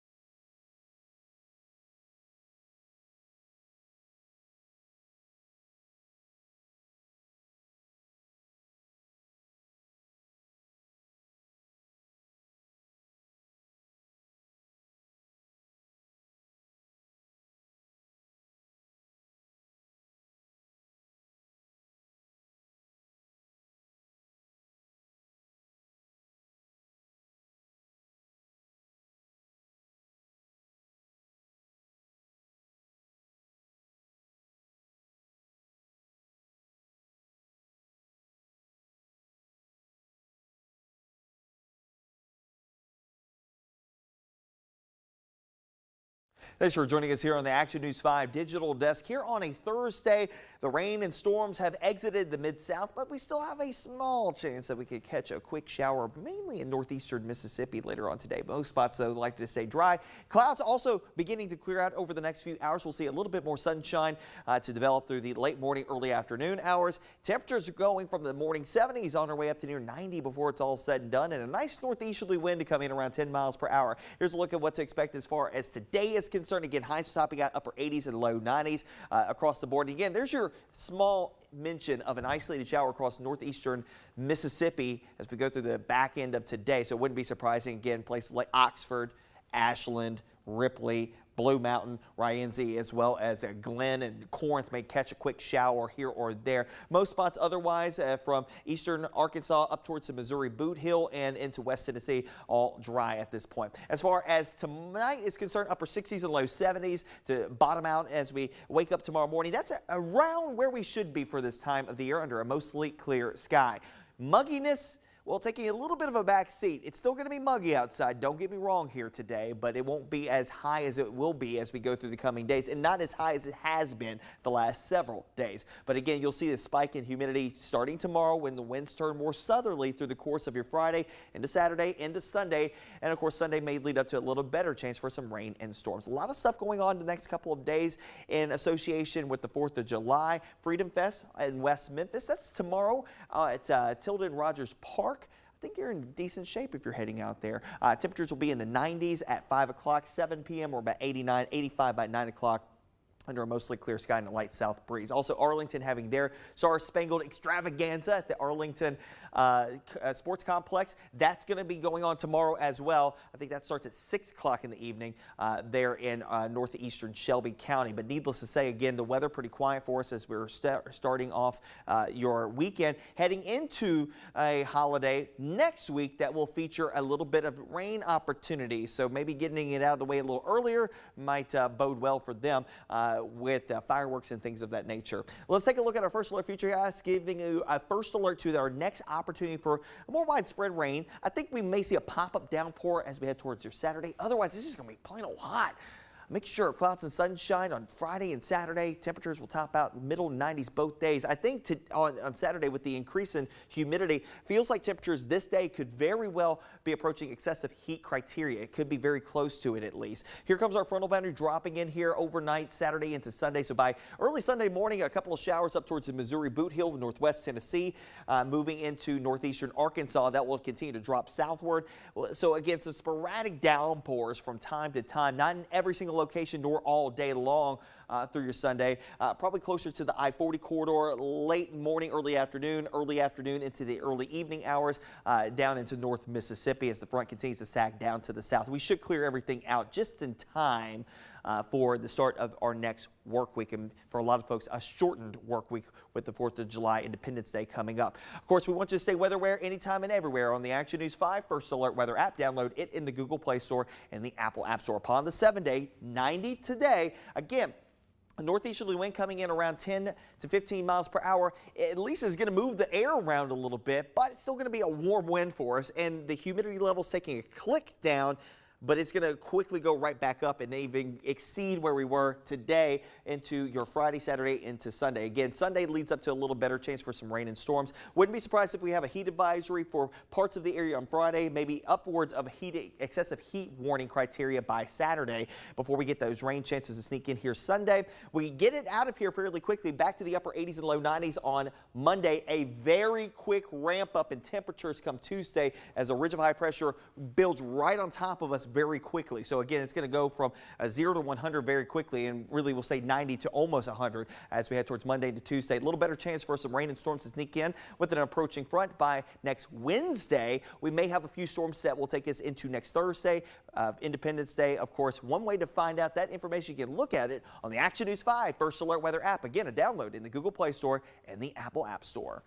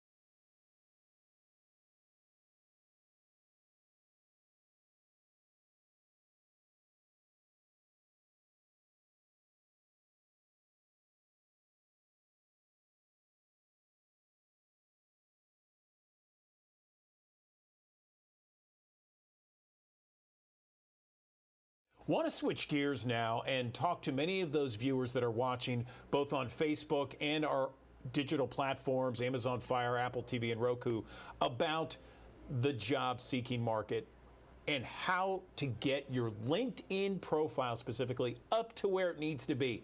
Amp it up a little bit so that it grabs those employers and says, hey, look at me. Hire me, consider me for this next job. Let's bring in the Senior VP of Marketing for Recruiter.com, Angela Copeland, joining us. Angela, welcome back. How are you? Thank you. It's great to be here. Yes, I appreciate you joining us. And let's talk about that market out there. So the last time we talked to you was several months ago, and you told us it was really a job seekers market. Is that still the same? And from your perspective, and how important is that LinkedIn profile these days? It's a great question. You know, the market continues to be very exciting right now. You know, things are really changing. As you've seen, some big companies have had layoffs, things are changing.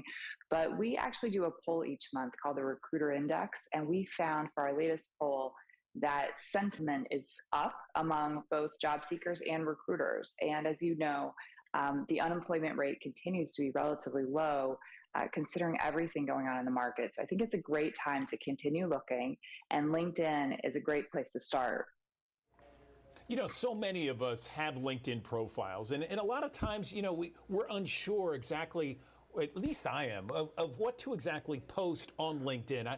I mainly contain it to professional skills, professional workplace, not something that's silly. That, you know, I'll put that on other social media platforms, but only strictly with work-based stuff do I put on LinkedIn. Am I doing right? What's the best way to really enhance your LinkedIn profile?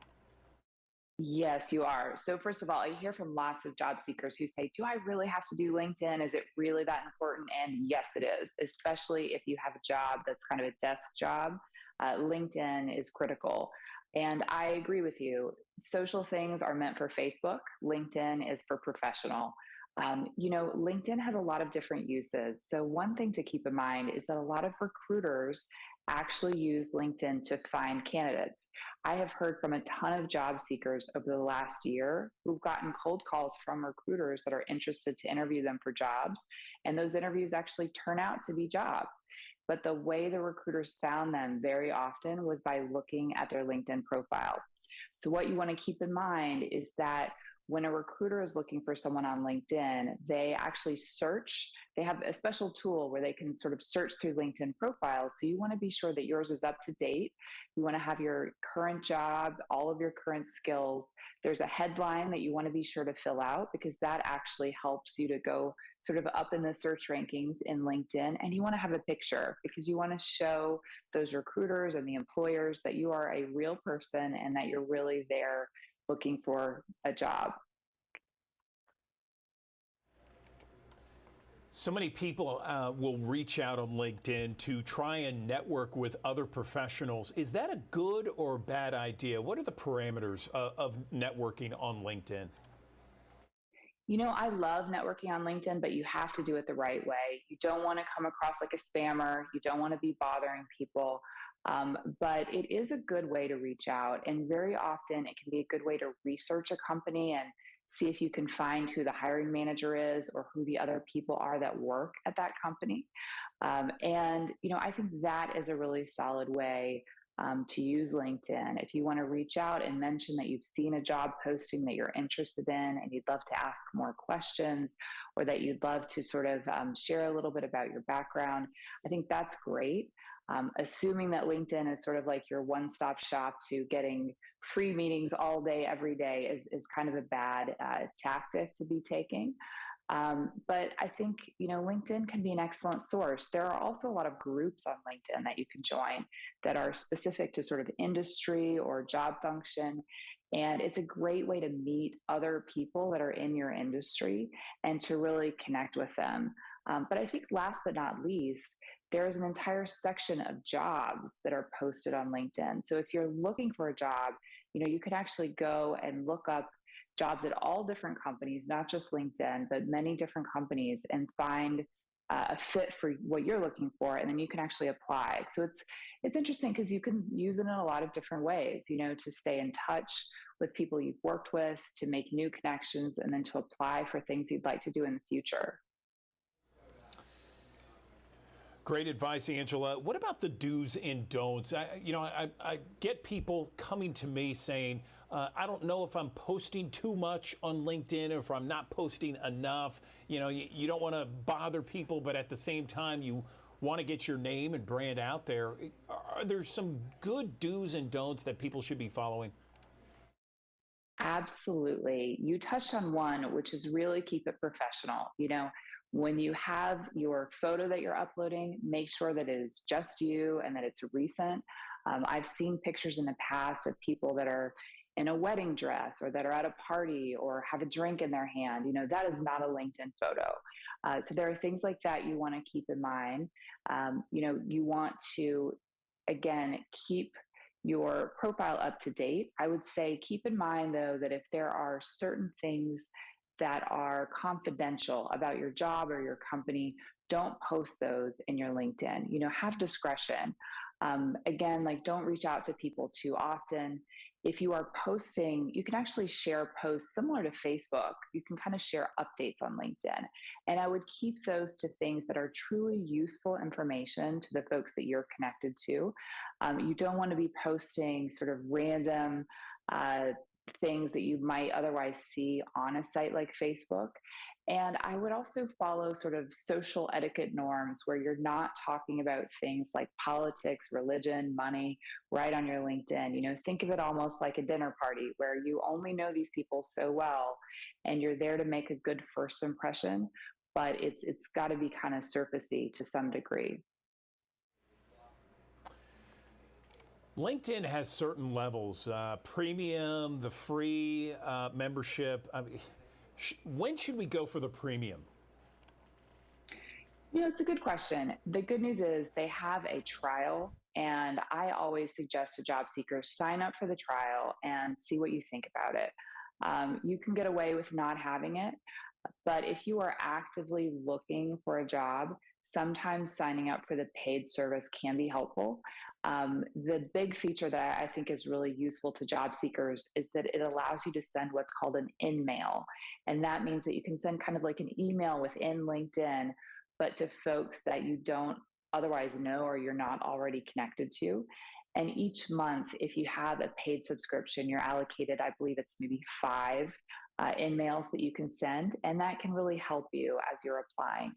To me, that's really the biggest difference, although I do think it's possible that LinkedIn tends to prioritize the paid members above the non-paid members when it comes to applications and other, communications within LinkedIn. So I think there's a slight advantage, and it's not too terribly expensive, but I would start out with the free trial because you can certainly get away with using that. You mentioned earlier about your picture, make sure you have a picture on there. And I'm curious, a lot of times people don't know the kind of picture. Do you want a picture where you're sitting at a cubicle? Do you want a picture where, it's like a glamour shot? I mean, can you give a little clarity on the picture? It's a great question. When it comes to your picture, it doesn't have to be some professional photo that you hire a photographer to take. You can have a family member or a friend take it, and you could take it with a phone even. But it does need to be, a shirt or a dress that you would wear in a professional environment. And you want to have good lighting. You want to have the picture be recent, and be sort of in a space where there are not other people around in that photo with you. And it should primarily be your face. Those would be the guidelines I'd really try to stick to with the photo. This has been fantastic, Angela. Really appreciate the insight here. Anything else you want to mention before we let you go? No, I think, if you're ready to look for a job, start now, because it can take months and you don't want to put it off. And, I would say one of the biggest fears job seekers have is, gosh, what if I get that job offer and it's not for me? But if it's not for you, you can just turn it down and keep going. So start looking. How long would you say that it takes someone to get a job in this market? Oh, it's such a good question because so often as a job seeker, you'll get feedback from your family and friends who just can't believe that you don't have a job yet. It really depends. At an executive level, it could take 3 to 6 months to go through an interview process once you find the right job. But sometimes if you're sort of like in an entry level position, say right out of college, that process could just take a few weeks or maybe 1 to 2 months. But first, you've got to get in front of that hiring manager, and that takes time. It takes persistence. So, get out there and start applying now. Angela Copeland, thanks so much. We appreciate the insight each and every time we talk. Thanks for taking a few minutes with us today. Thank you.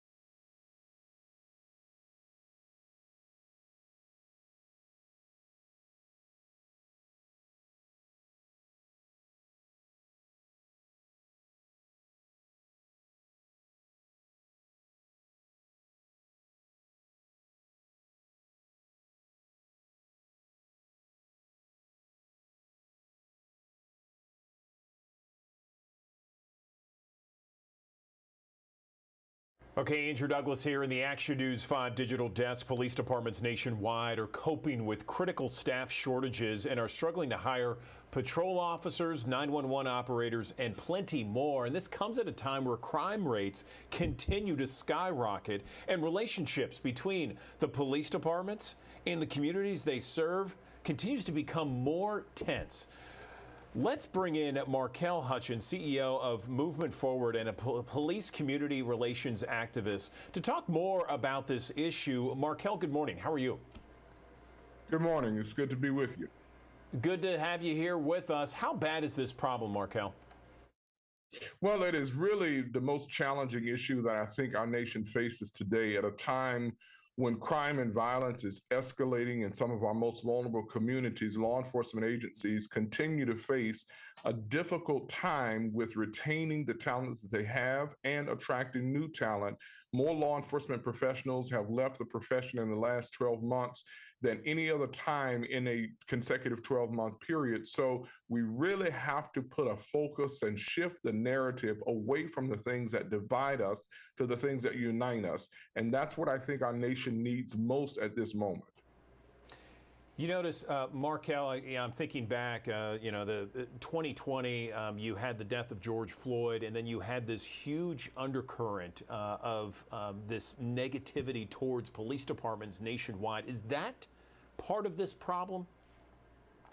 I think that is a driving factor in what is now a historic shortage in law enforcement after the death of George Floyd and even the police-involved controversies that led up to the protest of the summer of 2020. All of those things combined were a powder keg that have exploded on America's streets. The challenge that law enforcement faces is no one wants to be a police officer now because of all of the animosity, all of the anger, all of the resentment that has been directed and in some instances misdirected at our nation's law enforcement professionals. But the good news is our darkest hours as a nation have always been before the break of a new dawning. We created National Faith in Blue Weekend. The Memphis Police Department and the other law enforcement agencies in Memphis are very much engaged. They want to reach out to the community. So the second weekend in October across Memphis and across the country, law enforcement agencies and communities have an opportunity to come together, to sit together and reason together to figure out a pathway forward to deal with officer shortages, as well as the escalating crime and continuing tensions that face our country. Markell, 2 years ago, the Defund the Police movement was so, it gained a lot of stature and status. And I'm just wondering how much of those residual effects of this Defund the Police movement is still persistent among among cities across the country and, just contributing to this problem? I have been at the forefront of human and civil rights for the last 25 years. I had the good fortune to be mentored by many of the icons that work very closely with Martin Luther King Jr., including his wife, Mrs. Coretta Scott King. I'm a civil rights, human rights, social justice guy. The notion of defunding the police is the arch enemy of communities of color and of any community. We cannot defund our way to safer streets nor to reduction in officer-involved tragedies. But what we've seen over the last several years has been the amplification of the vocal minority, those who seek to demonize law enforcement, drive wedges between police and communities. But that's a real small number of people. What we have seen is an epic failure in the defund the police movement. That was not a movement at all. I think most people in communities from Memphis to everywhere across this country understand that we have to stand in solidarity with our law enforcement professionals. We want to be policed with fairness and justice and equity, but we cannot allow these small few voices to really put forward a message around defunding the police, because that just hurts our communities. And that call for defunding of the police has really detracted and distracted people who might have otherwise chosen careers in law enforcement. So, Markel, here in Memphis, the Memphis Police Department has been trying all kinds of incentives to boost up the amount of officers within the department, because there is a shortage, and all the city leaders and the police leaders have said, hey, we need to hire hundreds more to get up to the staff where we are comfortable. They've tried all kinds of different hiring bonuses, free relocation options and services, all kinds of different incentives to get people to join the Memphis Police Department. And unfortunately, they're still at a significant deficit. What's it going to take to overcome those deficits? It's going to take a shift in the narrative that we've heard nationally. We have to be the change that we want to see. There ought to be more young people, more people of color that consider and choose careers in law enforcement. Most people that get into that profession do so for the sake of serving their communities. We need to talk more about that. But police departments will not be able to attract and retain the talent that they want if they have to do the recruiting by themselves. Every faith-based organization in Memphis, you've got some wonderful faith-based organizations there. Every one of them, every community group, every neighborhood, every school, particularly the colleges and universities, should begin collaborating with this Memphis Police Department to figure out a way to get some of the people in those communities to actually join the police force. You have a world-class law enforcement executive in the person of the director or chief, C.J. Davis. She's a wonderful leader, but she cannot do it by herself. Every community organization, every faith-based group, every political leader has to come together with Memphis PD and really figure out a pathway forward to get people interested and involved in careers in law enforcement with the police department. You know, we've heard about that, and that's kind of the rub, Markel, is like getting the faith-based organizations in those communities together in order to help some of the biggest problems in Memphis. I've been a part of this community now for 16 years, and I've seen how important the faith-based community is here, and how important it is to solve those big-time problems and come up with solutions to combat those problems. What's it going to take to really kind of change the idea, change the messaging, change the tone, so that police forces across the country are not only places where you see good, positive things happen, but also organizations that people want to join, that they want to support? It's going to require a change in posture from community-based organizations, most especially faith-based organizations, away from a protest model to a partnership model. Again, I've been at the forefront of civil rights. I've been jailed many times and led huge protests around police accountability. But at this point, our best march is not on police departments, and especially Memphis, but with our law enforcement agencies. Since the death of George Floyd, we have seen not only a failure of a reduction in officer involved tragedies, but there's been an increase in officer involved tragedies, both where officers are taking the lives of people prematurely and where officers are being attacked and assaulted. At the same time, crime and violence is rising. Our posture has to change if we're going to change those things. What I mean by that is we need to look for ways not just to challenge or protest police, but every faith-based organization ought to be looking for a way to partner with law enforcement. And through that partnership, not only can you hold them accountable, but you can support them. And that's what it's going to require. We need a change of posture, a change of narrative, a change of direction. There has never been a movement for positive social change in American history that was not anchored in the faith space. Dr. King gave his life right there in Memphis. He was Reverend Martin Luther King Jr., it was Reverend Ralph David Abernathy, Reverend Fred T. Shuttlesworth, Reverend Billy Kyles. So many great civil rights icons were at the forefront of the civil rights movement because they were faith leaders. We need every church, every single faith-based organization, every single group, not to just challenge the Memphis Police Department, but to collaborate with them, hold them accountable when they're wrong, but when they're right, the vast and overwhelming majority of the time, we have a moral obligation to stand in solidarity with them. And that's what I call upon the Memphis community to do. The police department can't fix itself. They can't fix all the problems by themselves. They need some partners. And that's what those faith-based and community groups should be doing at this moment, this critical moment in history. You say you are CEO of Movement Forward. Briefly explain what that is and tell us what kind of presence it has here in the Memphis community.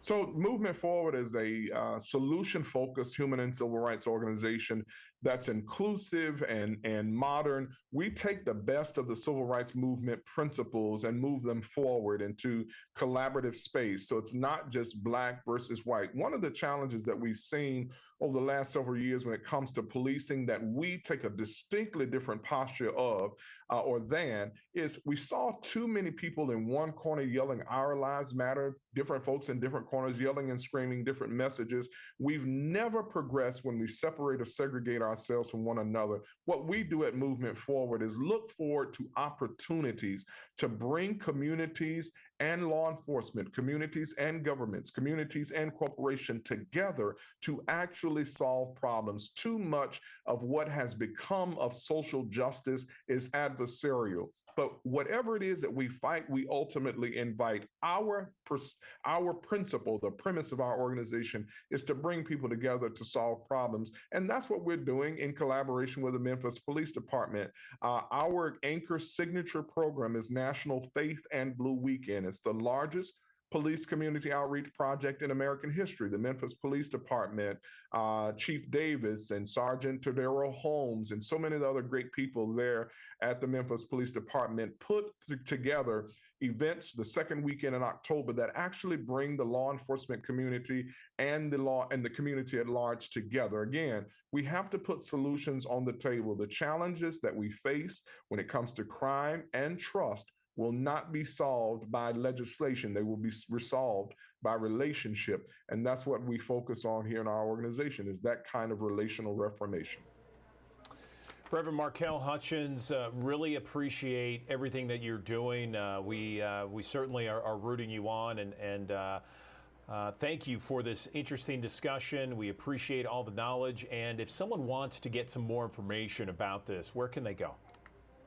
They can visit us at movementforward.org, movementforward.org, or specifically around Faith and Blue Weekend. And I cannot emphasize enough that we just will not solve these problems in silos. The police department can't do it by themselves, and the community can't do it by ourselves. We need one another. I encourage everybody to visit us at faithandblue.org and follow us on social media at Faith and Blue, and follow me at Rev Markell. Okay, Reverend Markell Hutchins, once again, thanks so much for the time this morning. We appreciate it. Good to be with you. Thank you.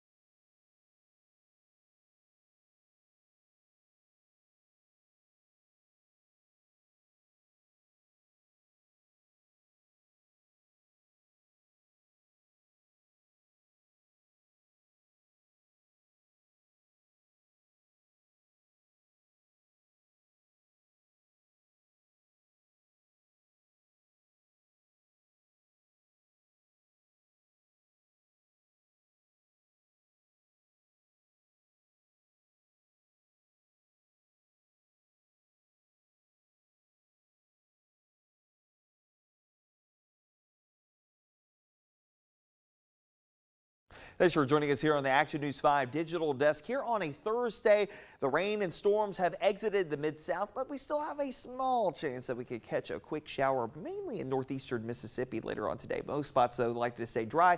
Clouds also beginning to clear out over the next few hours. We'll see a little bit more sunshine to develop through the late morning, early afternoon hours. Temperatures are going from the morning 70s on our way up to near 90 before it's all said and done, and a nice northeasterly wind to come in around 10 miles per hour. Here's a look at what to expect as far as today is concerned. Again, highs topping out upper 80s and low 90s across the board. And again, there's your small mention of an isolated shower across northeastern Mississippi as we go through the back end of today. So it wouldn't be surprising, again, places like Oxford, Ashland, Ripley, Blue Mountain, Rienzi, as well as Glenn and Corinth may catch a quick shower here or there. Most spots otherwise from eastern Arkansas up towards the Missouri Boot Hill and into West Tennessee, all dry at this point. As far as tonight is concerned, upper 60s and low 70s to bottom out as we wake up tomorrow morning. That's around where we should be for this time of the year under a mostly clear sky. Mugginess, well, taking a little bit of a back seat. It's still going to be muggy outside. Don't get me wrong here today, but it won't be as high as it will be as we go through the coming days, and not as high as it has been the last several days. But again, you'll see the spike in humidity starting tomorrow when the winds turn more southerly through the course of your Friday into Saturday into Sunday. And of course, Sunday may lead up to a little better chance for some rain and storms. A lot of stuff going on the next couple of days in association with the 4th of July Freedom Fest in West Memphis. That's tomorrow at Tilden Rogers Park. I think you're in decent shape if you're heading out there. Temperatures will be in the 90s at 5 o'clock, 7 p.m. or about 89, 85 by 9 o'clock. Under a mostly clear sky and a light south breeze. Also, Arlington having their Star Spangled Extravaganza at the Arlington Sports Complex. That's going to be going on tomorrow as well. I think that starts at 6 o'clock in the evening there in northeastern Shelby County. But needless to say, again, the weather pretty quiet for us as we're starting off your weekend. Heading into a holiday next week that will feature a little bit of rain opportunity. So maybe getting it out of the way a little earlier might bode well for them. With fireworks and things of that nature. Let's take a look at our first alert feature, guys, giving you a first alert to our next opportunity for a more widespread rain. I think we may see a pop-up downpour as we head towards your Saturday. Otherwise, this is going to be plain old hot. Make sure clouds and sunshine on Friday and Saturday. Temperatures will top out middle 90s both days. I think on Saturday with the increase in humidity, feels like temperatures this day could very well be approaching excessive heat criteria. It could be very close to it at least. Here comes our frontal boundary dropping in here overnight Saturday into Sunday. So by early Sunday morning, a couple of showers up towards the Missouri Boot Hill, northwest Tennessee, moving into northeastern Arkansas. That will continue to drop southward. So again, some sporadic downpours from time to time, not in every single location nor all day long through your Sunday. Probably closer to the I-40 corridor, late morning, early afternoon into the early evening hours, down into North Mississippi as the front continues to sag down to the south. We should clear everything out just in time for the start of our next work week, and for a lot of folks, a shortened work week with the 4th of July Independence Day coming up. Of course, we want you to stay weather-aware anytime and everywhere on the Action News 5 First Alert Weather app. Download it in the Google Play Store and the Apple App Store. Upon the 7-day, 90 today. Again, a northeasterly wind coming in around 10 to 15 miles per hour. At least is going to move the air around a little bit, but it's still going to be a warm wind for us, and the humidity level's taking a click down, but it's going to quickly go right back up and even exceed where we were today into your Friday, Saturday, into Sunday. Again, Sunday leads up to a little better chance for some rain and storms. Wouldn't be surprised if we have a heat advisory for parts of the area on Friday, maybe upwards of excessive heat warning criteria by Saturday before we get those rain chances to sneak in here Sunday.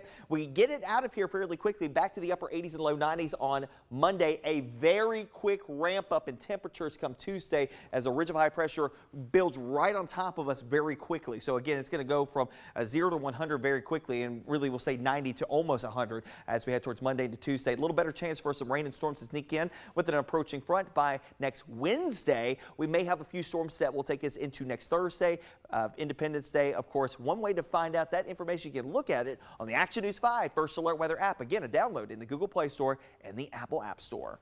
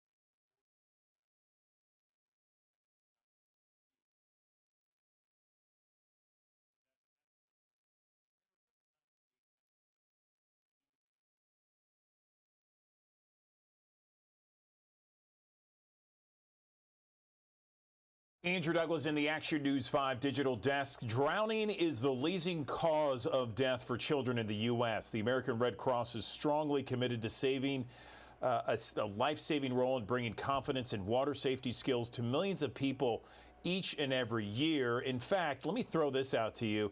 In the U.S., children ages 1 and 4 are more at risk of dying from drowning than any other cause of death. And for children ages 5 to 14, drowning is the second leading cause of unintentional injury or death after motor vehicle crashes. Let's bring in Nayeli Trejos. She's Director of Aquatics and Public Safety at the American Red Cross.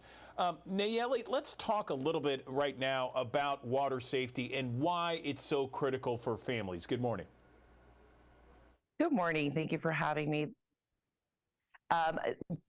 Water safety is incredibly critical, and the importance of having water safety, first of all, is safety, right? We want to make sure we have those layers of drowning prevention, and safety is number one, right? And that's really educating our kids in that water safety. And not only that, but modeling those behaviors ourselves. Let me ask you this, because I remember when my kids were younger, we knew about these statistics on how, the drowning leading cause of death for kids ages 1 to 4. And so we got them in swim lessons really early, but they didn't learn how to swim until much later, maybe 5, 6, 7 years old. Is there a benefit to having them in swim lessons so early, even if they don't truly know how to swim on their own? Absolutely, and our scientific advisory council recommends 6 months old is when you really when you can start swim lessons, and that really helps the child acclimate themselves to the water, right? To know what's happening, be aware of it's running at that age. And you're absolutely right. There are kids that don't really know stroke proficiency until they must order. But the main thing here is that they're water safe. They know when it's okay to enter the water. Is there a lifeguard on duty? Do I have parents' permission? Should I be swimming alone? And the answer is no, right? So it's all about educating those kids at a younger age so they have those resources. Okay, so here we are. We're entering summer soon enough. There's going to be all kinds of swimming pools, both public and private, open for so many families across Memphis, the Mid-South, and across the country. What would you tell families of small children to be safe this summer? First and foremost, model those behaviors like I mentioned. Make sure you tell your kids never to swim alone. Get them into water safety. Swim lessons are water safety classes. Educate them. Provide active, that's a key word, active and constant supervision. Not the fact that you're there on your cell phone. That is not active supervision, right? So really educate them, having them use a U.S. Coast Guard approved life jacket. Those are all layers of protection against drowning. Okay, tell me about a partnership between the American Red Cross and something called Sweet Frog. What is that? I am incredibly excited to talk about our partnership with Sweet Frog. Sweet Frog and its customers are very much vetted in this water safety mission of the American Red Cross by offering a coloring sheet for May. As you may know, May is National Water Safety Month, and actually Monday, May 15 is National Water Safety Day. So they're providing water safety classes at their branches. And not only that, but they're hosting a fundraiser for the American Red Cross on their website from May 1st through August 15. And your viewers can learn more by going to sweetfrog.com/water safety. If you were to give a bullet point, maybe 3 bullet points for parents out there of small children to reinforce water safety, what would they be? So number 1, active and constant supervision, having that, be a water watcher. Sweet Frog also has information on their website about that. The second thing is never swimming alone. And the other thing is just because you're on a boat doesn't mean you're safe. Really wearing that life jacket, not just having it somewhere because it's regulation, really putting that on and make sure it's U.S. Coast Guard approved. All right, and I know we talked about a number of different tips, suggestions, ways to stay safe this summer. Is there any place online people can go for more information? Absolutely. If you want to learn more about our partnership and Water Safety Days, you can go to sweetfrog.com/water safety. If you want to learn about our courses that you can take as a parent, whether it's Spanish or in English online only, you can visit redcross.org. Nayeli Trejos, Director of Aquatics Public Safety at the American Red Cross. Appreciate the conversation this morning, and let's hope everybody has a safe and happy summer. Thank you. Thank you.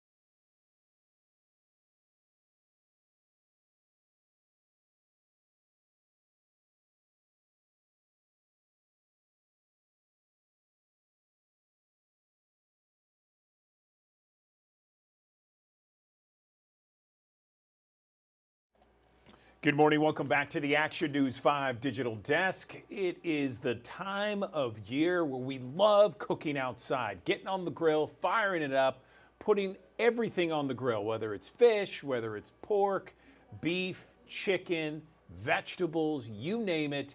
We love cooking outside. I certainly do, and it is enjoyable. It's an enjoyable part of the summer for sure. But you got to make sure the food is safe, you know, the right temperatures. And you want to make sure that when you're cooking for your family and your friends, that you don't make any of them sick because of what you do or not do while you're cooking outside on the grill. Let's bring in someone to kind of help us maneuver through these different guidelines. I'm joined right now by Meredith Carruthers, USDA Food Safety Specialist on the digital desk. Meredith, where do we begin? Where do people make the biggest mistakes when they cook outside? Good morning. Morning. Thanks so much for having me as we kick off summer this weekend. So, summer is a great time for food outside. We all love the warm weather, but so do foodborne illness causing bacteria. They like to multiply quite a lot when it's nice and warm outside. So, one of the biggest mistakes that people do in the summer is not keeping their food at a safe temperature. We're all traveling to different places. We're eating at the pool or eating at the beach or eating, at a friend's house in their backyard while we cook out and grill on, the grill. So as we're transporting our food, people don't tend to keep it as cold as it needs to be kept, or they leave it out for way too long. So one of the big things we recommend is to keep your foods in a cooler, transport them with ice or cold sources in an insulated bag, and then follow a 2-hour rule, not leaving foods out for too long after you've cooked them or even before as you're transporting them. If it's over 90 degrees Fahrenheit, that bumps down to 1 hour. So before you even get to cooking, making sure you're transporting your food safely. Okay, let's focus in on that rule first. You got a 2-hour rule and a 1-hour rule. Say that again for us. Absolutely. So the 2-hour rule means that you shouldn't leave your foods without refrigeration or without keeping them hot for more than 2 hours. So if we're out at room temperature, you just pulled those burgers off the grill and we're having them sit out so that way we can all pick out and, enjoy them. Setting a timer for no longer than 2 hours for them to sit out before they need to go inside to the fridge. If it's over 90 degrees Fahrenheit, then that time reduces to 1 hour because bacteria multiply faster the warmer that it gets. So that 1 hour time frame is helping to make sure that it's not reaching a dangerous level within that time. All right, I like that rule. We have thousands of people that watch us each and every morning here on the Digital Desk. Meredith, what other kind of rules, maybe some guidelines that people can keep top of mind? Absolutely. So you mentioned grilling a lot of awesome foods. When you're grilling, really making sure and recommend using a food thermometer to make sure you've cooked them to a full, safe internal temperature. I love grilling. I'm the grill master in my house. And we all who grill know that the grill makes things look done maybe before they are. We all like seeing those charred marks on our burgers, on our hot dogs and things like that. But it's a little tricky at times because it might make your food look done before it actually is. So using a food thermometer is a great tool to be able to see that it has reached that safe internal temperature. And so some of those temperatures for different foods are 145 with a 3-minute rest for whole cuts of like veal, beef, pork, lamb. So that's your steaks. and your chops, things like that. Any ground beef, pork, veal, or lamb is 160 degrees Fahrenheit. Any kind of poultry, whether it's chicken breasts or ground turkey burgers, all have to reach 165 degrees Fahrenheit. And then if you're doing fish on the grill, that's 145. Love it. Those are great recommendations, useful advice there and suggestions. Where can we get some of this information online? I know there's a site. We have a ton of information available on foodsafety.gov, so very easy to remember, foodsafety.gov.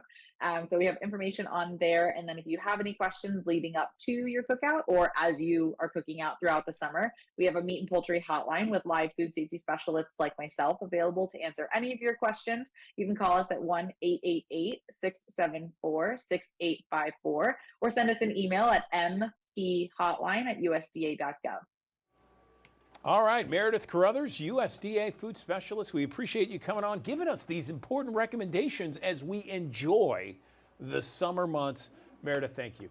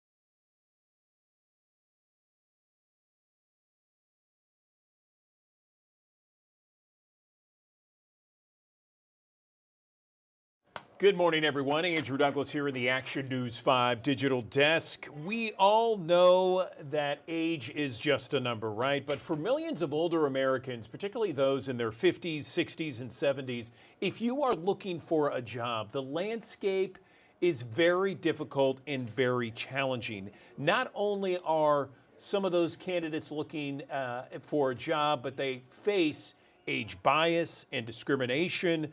Older workers, of course, bring all kinds of expertise, maturity, perspective, yet they are often overlooked. Let's talk about this issue with Carly Rozowski. She is with AARP, joining us on the digital desk this morning.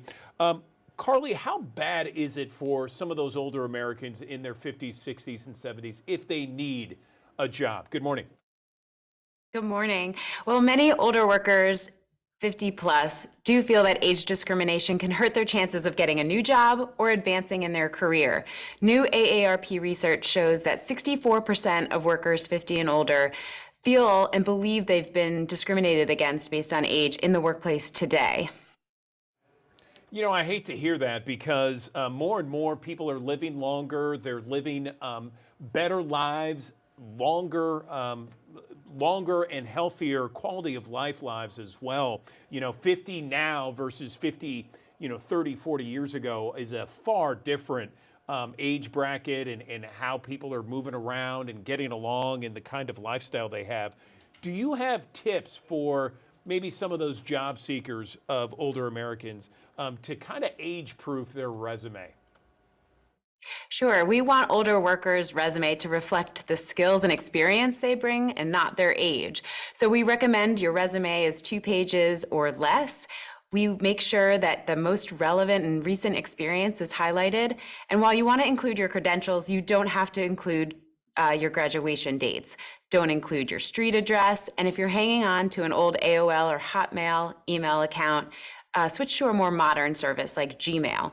And one best practice that not only older job seekers, but job seekers of any age could benefit from is to bot-proof your resume. So organizations are using bots or these AI-powered tools to do an initial screening to eliminate candidates before they're even seen by an actual person.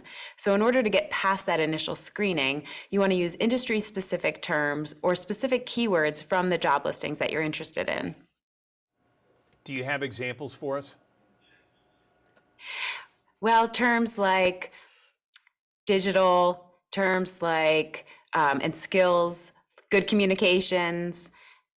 Digital native is actually a term we stay away from because older workers tend to not feel that they could apply for a job that describes someone that they're looking for as digital native. But digital skills or skills that they've acquired throughout their career, like good communication, leadership, mentoring, some of those soft skills that older workers tend to bring to the job force are ones that you want to highlight.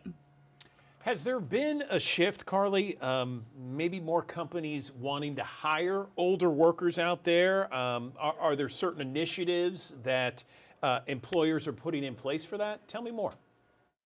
Yeah, so here at AARP, we have an initiative called our Employer Pledge Program that recognizes older experienced workers. And thousands of organizations have signed the pledge since it started in 2012, with almost 500 signing just last year alone. And given employers' need for talent, especially in this tight labor market, it does make good business sense to hire experienced workers. Research also shows that 77% of all workers value their older colleagues for the skills and experience that they're bringing to the job. That's great news. Great news to hear about that. Can we talk about networking for a lot of those older Americans looking for a job? Yes, networking is key to a job search. So in conversations with friends or family members, coworkers or former coworkers, make sure to let them know that you're looking for new job opportunities and get their advice or their suggestions. Also, if you're not on LinkedIn, now's a good time to join. You can stand out to employers by making sure you include a profile photo and filling out the skills section. LinkedIn members that have 5 skills listed are 27 times more likely to be discovered by recruiters. They also have groups you can join that provide both virtual and in-person networking opportunities. Tell me what the landscape is like for older Americans. I mean, I know you just mentioned that companies are hiring older folks here and there. Is it good for them? Is it a good market for them? I know we mentioned off the top that there's some age bias and some age discrimination for some of them out there. Yeah, it's a very strong labor market and unemployment is at historic lows. But we did ask people over 50 earlier this year if they were looking to make a shift in their job in 2024, and about 14% said yes. And making more money was the main reason, but also wanting to feel valued and looking for more flexible work arrangements. 86% of them did feel confident that they could make a change in 2024. So I believe it's still a positive environment out there for job seekers. This has been a great conversation, Carly. I appreciate it. Tell us about some free resources that AARP has for older Americans that are looking for work, that are looking for a new job. Throughout the month of February, AARP is doing free virtual workshops. And you can register today for a day and time that works best for your schedule at aarp.org/jobsnational. Okay, Carly Rozowski with AARP, we really appreciate the conversation with you and the tips for all those people looking for a job, 50s and beyond. Thanks so very much.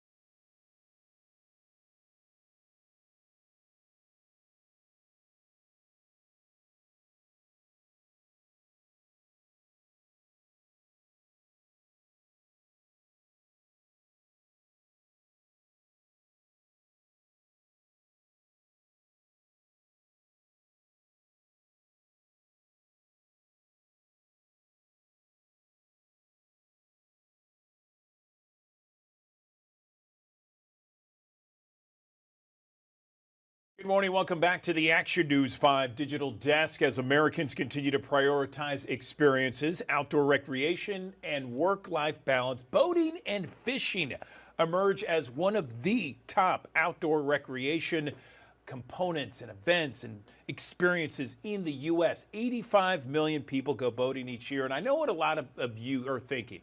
Well, boating's out of my price range. I can't afford it. I can't be on a boat this summer.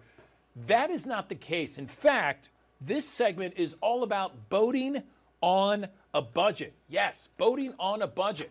Does that sound like something you'd be interested in? Absolutely, right? We all love to get on the boat, get on the water. It's so relaxing. It's so enjoyable. Let's bring in right now someone to talk more about it. We got Ellen Bradley here. She is with Discovery Boating SVP, and she is here to discuss the demand for fun on the water on a budget and make it part of your summer plans. And Ellen, I gotta say, it is beautiful where you are there. Good morning to you. First, tell us where you are and ways that we can get out on the boat this summer with a budget. Good morning.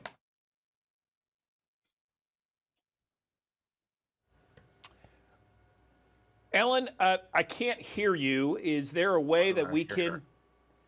I can't hear you. Can you try?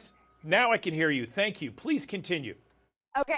Well, sure. Well, I'm out here on Lake Michigan, just north of Chicago. I've got a lot of boats all around me. People are taken out to the water today. And I think what a lot of people don't realize is just how easy and affordable boating can be. Whether it's renting a boat for the entire day for $300, or if you are ready for boat ownership, you can own a boat for as little as $300 a month. So a lot of options. There's a boat for truly every budget and lifestyle. And I think that's one of the reasons that we see as many as 85 million people go boating every year just in the U.S. I agree with you, Ellen, and I love the real numbers that you mentioned. You could rent a boat wherever you are if you're on vacation for $300 a day, or if you're on, perhaps an area that is a frequent boating site and area that you'd like to go boating, you can make those payments $300 a month. Tell me how many people are getting on the water this summer. Well, we will probably see that those 85 million people truly in all different bodies of water all across the country. And just out here on the lake today, we're already seeing people this morning getting out here in Chicago. You are in one of the top boating states in the country. And as a result, there are so many options now that there really weren't before, whether it's renting, whether it's joining a boat club, which you have there as well in throughout Tennessee, where you pay a fee a month and you get access to all different kinds of boats, all different kinds of experiences. Boat sharing or peer-to-peer sharing, where a boat owner will rent out their boat. So truly endless ways to get started and endless price points. And I think that that's one of the biggest misconceptions. Even if you're looking to buy and own a boat, you can finance a boat like you would a house. It's not like financing a car, but it's like a home. Boats can last 30, 50 years. And so financing that boat, you can get into the boating lifestyle for as little as $300 a month, like I mentioned earlier. So really a lot of ways to boat on a budget, if you will. I love that. I love it a lot. Tell me how boating has changed post-pandemic. Well, I think you wouldn't be surprised to learn that even way before the pandemic, boating has always been a way that people connect with family and friends and disconnect from a lot of the stress on land. It's a way to have experiences that you just can't have anywhere else. And during the pandemic, we were all seeking experiences and connection, and boating became that solution. And we're seeing that momentum continue post-pandemic. And that's one of the reasons, because of that demand, we're seeing a lot of these options now available for people. And whether you're looking to relax, whether you're looking to have an adventure, we've got any way you can get started at Discover Boating. And really, I think one of the best things for people to do is just learn, get exposure to how to get started, and that'll really set you off on the right track. I love the idea of making boating affordable for everybody because, after all, I mean, you know this, Ellen, I mean, people think of boating as, the lifestyle of the rich and famous, and no one else but those very rich, wealthy people can get on a boat, but that's not the case. And there's so many health benefits too, right? Absolutely. And I like to joke that as a boat owner, I have an incredible social circle around me. Everybody wants to hang out with me, especially in the summer in Chicago. But at the same time, not only are you building a great social experience and be able to connect with your family and friends on the water, but there's this whole state of mind called blue mind. And it's one of the most, and it's proven science, when you step on a boat, the stress just melts away. You are transported to another place, and that stress relief, that ability to disconnect. Nobody has their phones on the boat unless they're taking a selfie. So it's truly this unique experience like anything else. And it's one of the reasons that boating has become one of the top recreation activities in the country. Where can people go for more information on this? I love it. I wish I could take off my microphone and join you right there on the boat, but where can people go for more information about ways to maybe check out boating and more affordable aspects of boating this summer? So go to discoverboating.com. Discover Boating is like your friend with a boat. There is every resource you could ever imagine, how to find what boat is right for you, what boat experiences are right for you, and what budget is right for you. And even if you're a boat owner, there's a ton of information there for you. So great place to get started is discoverboating.com. All right, Ellen Bradley, we appreciate your time. Boating on a budget for the summer. Ellen, thanks.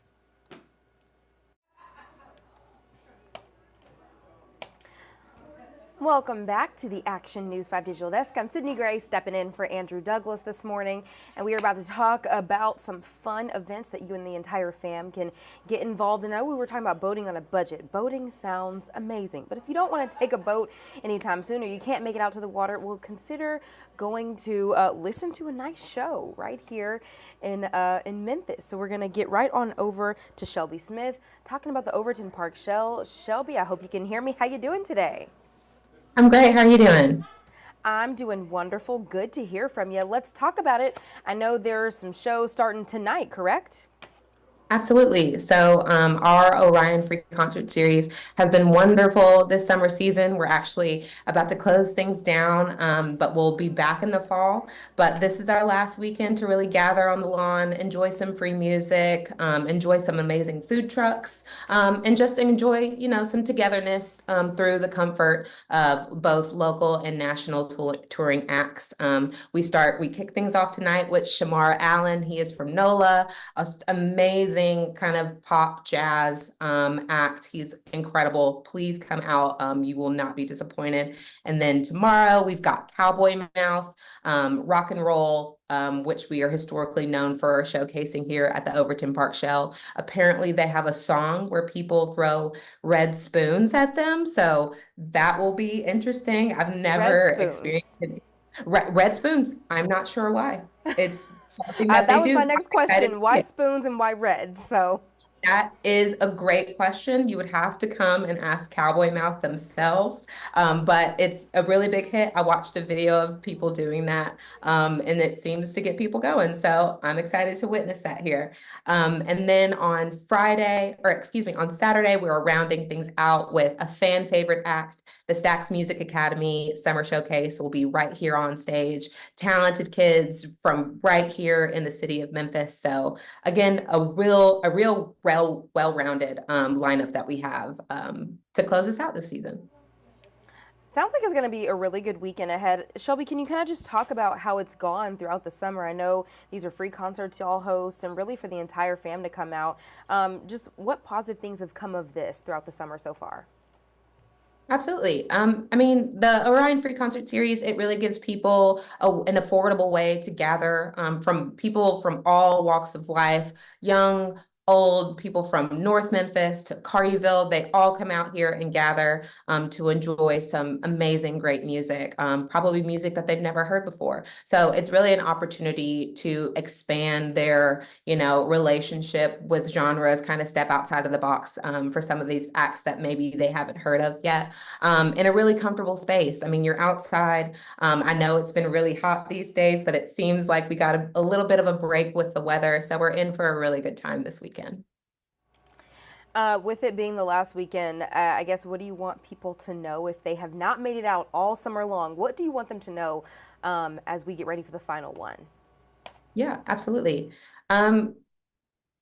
just come on out. We're here. We're excited to see you. If you've never been at the Overton Park Shell, this is the perfect time to come and get to know us. Again, we have not only a local act, but some travelers coming in too. So you're really going to get kind of your own pick of the pie or pick of the litter, if you want to say that. But also, even though our Orion Free Concert Series is capping off this weekend, again, we'll be back in the fall, but that doesn't mean that programming ends with this summer season kind of closing up. We have a 70th anniversary of rock and roll happening here at the Overton Park Shell. It's going to be a reenactment of Elvis's first concert. So any Elvis fans, both local and touring, if you want to come out and experience that, that's going to be incredible. We've partnered with Backbeat Tours to host that. We've got our health and wellness series.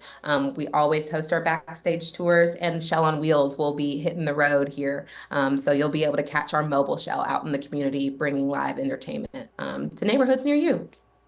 Hey, those were my next questions. You already answered them. So still other amazing things going on. The Elvis, that sounds like so much fun. So thank you for that. Shelby Smith, Overton Park Concert Series, of the Orion Free Concert Series, I'm so sorry. And again, Shamar Allen is performing tonight. Shamar Allen tonight, Cowboy Mouth on Friday, and Stax Music Academy on Saturday. All right. Thank you so much for your time. We really appreciate you chatting with us right here on the Digital Desk. Have a great day. All right, guys, stick around here with us right here on Action News 5. We're going to take a real short break, but we'll be right back with more interviews straight ahead.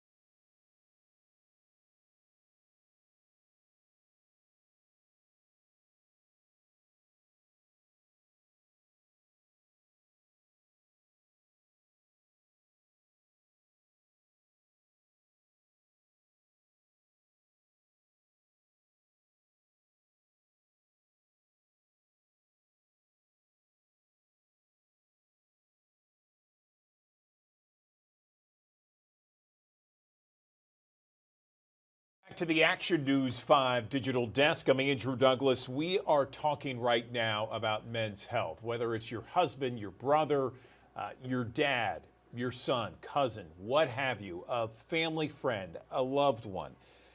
There is an emphasis on men's health in the month of June. St. Francis Hospital in Memphis and in Bartlett is the only area hospital that offers something to treat frequent urination. Let's bring in someone that can talk about men's health and talk about this new treatment. I'm joined now by Dr. Van Bingham. He's a urologist at St. Francis Hospital, joining us on the digital desk. Dr. Bingham, thank you for joining us. So tell me about this, this treatment and what's involved. Good morning. Good morning. Aquablation is a safe and effective way of treating BPH, the growth of the prostate that starts again at about age 30 in men and will affect most men during their lifetimes. Traditionally, since the 80s, we've treated it with medication, which has worked very well and worked for some patients throughout their entire lives. But in many, it begins to play out after a while and surgical options become necessary. Traditionally, we've trimmed out the prostate, the so-called patients like to call it the roto-rooter job. It's a TURP or a transurethral resection of the prostate. But as prostates have kept getting bigger and bigger as a result of the medications being successful for a long time, the prostates get bigger and it gets more difficult to deal with. So we need a safer method of doing it, and that's where aquablation comes in. Okay, so aquablation, and from my understanding, it is a robotic surgical procedure that alleviates the frequent urination and some other sexual dysfunction issues. Can you talk us through, in layman's terms, what is involved with this kind of procedure and what else it does to benefit the patient? The big advancement, the big advantage for aquablation is you completely plan the procedure before you get started. You've got an ultrasound probe, you've got a scope in the bladder where you're able to actually see everything. You map everything out, you plan it, you program that into the computer before you ever start. So the visibility is great. You can see everything that you need to see. Then the computer controls, it runs a program trimming the prostate. You can adjust it in the middle of the procedure, up, down.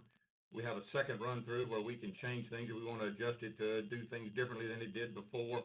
And that allows us to keep complete control, and it kind of takes the human element out of it, where you begin to lose visibility because of the changing landscape, because of bleeding. Everything gets done exactly the way you wanted it to be done, and the end result is really significantly better. Are you put under? Is it a painful procedure? Can you give us some more in depth about the actual procedure? It's done under general anesthesia. It's done with a water vapor. A lot of people think that it's a not really vapor. It's a water band that runs sort of like a windshield wiper, and it just goes back and forth, resecting the tissue. It's not hot water. It's not steam. It's just room temperature water that trims out the prostate. Yes, under general anesthesia. It's not painful at all. But we do keep people in the hospital overnight just to make sure everything goes well, but they go home invariably the next day.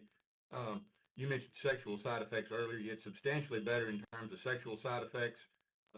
The patients, I've had several come because of that concern specifically, and they've been very pleased with the result. It does not affect ejaculation the way that some of the other procedures do, and frankly, the medications do as well. Is it something that addresses ED? I mean, what are the other side effects or other things that it helps? It does not address. It's not a treatment for erectile dysfunction. It doesn't cause erectile dysfunction either. What specifically the problem is what we call retrograde ejaculation, where rather than going forward, the ejaculation goes backward. And if you trim out the bladder neck, that's what's going to happen, and that's what typically happens during the traditional surgeries for BPH. This procedure, we're able to see the bladder neck. We're able to plan to not resect that area. We just trim out the part of the tissue that's in the way and leave the bladder neck to do what a bladder neck is supposed to do, which is close down tightly and provide a backboard for the ejaculate to ricochet out the end of the penis in the traditional manner. Is this something that's covered by insurance?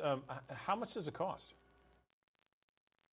The cost would depend on the patient's insurance plan, but yes, it is covered, and we've had no real problems getting covered by any insurances thus far. Okay, so we have thousands of people that watch us here on the Action News 5 Digital Desk. Doctor, if someone's interested in maybe learning more about this procedure, perhaps they have a family or loved one that they think could benefit, what do they do? Where do they go?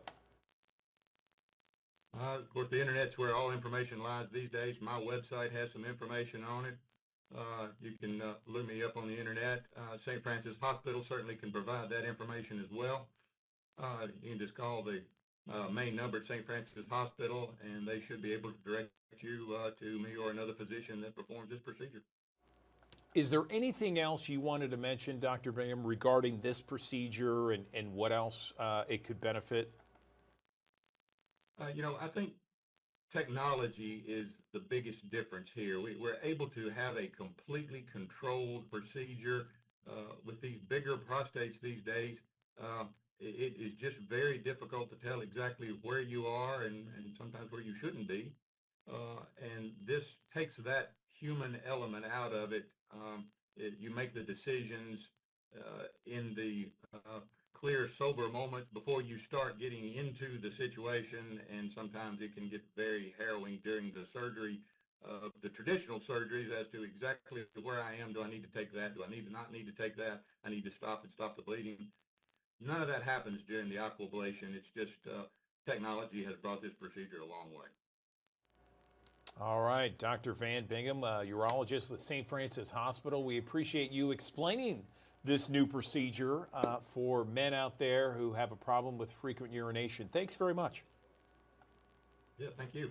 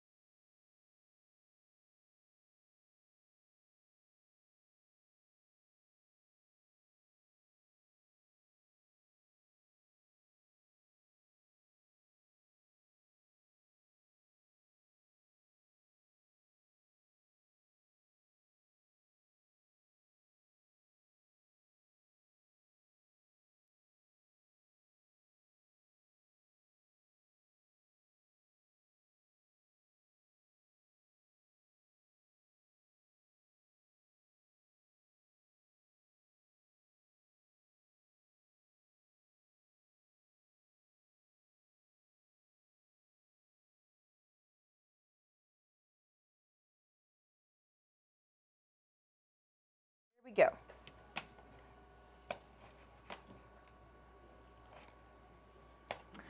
Well, welcome back to the Action News 5 Digital Desk. Thanks for tuning in, sticking with us all throughout the morning here. I'm Sydney Gray. I'm in for Andrew right now. Y'all, we have a very special guest who I'm so excited to introduce. I can't get the smile off my face. Jimmy Hart, the one and only, is here. He's here in the studio, live with us, in the newsroom, I should say, to talk about a very special thing that he's got going on. So we're going to put Jimmy up. Hey, Jimmy, how are you doing today? How you doing, girl? It's great to be back in Memphis. How does it feel? If you know what, every time I come back here, I love it. You know, every time I make a pilgrimage back here, I see the Jerry the King Lawler.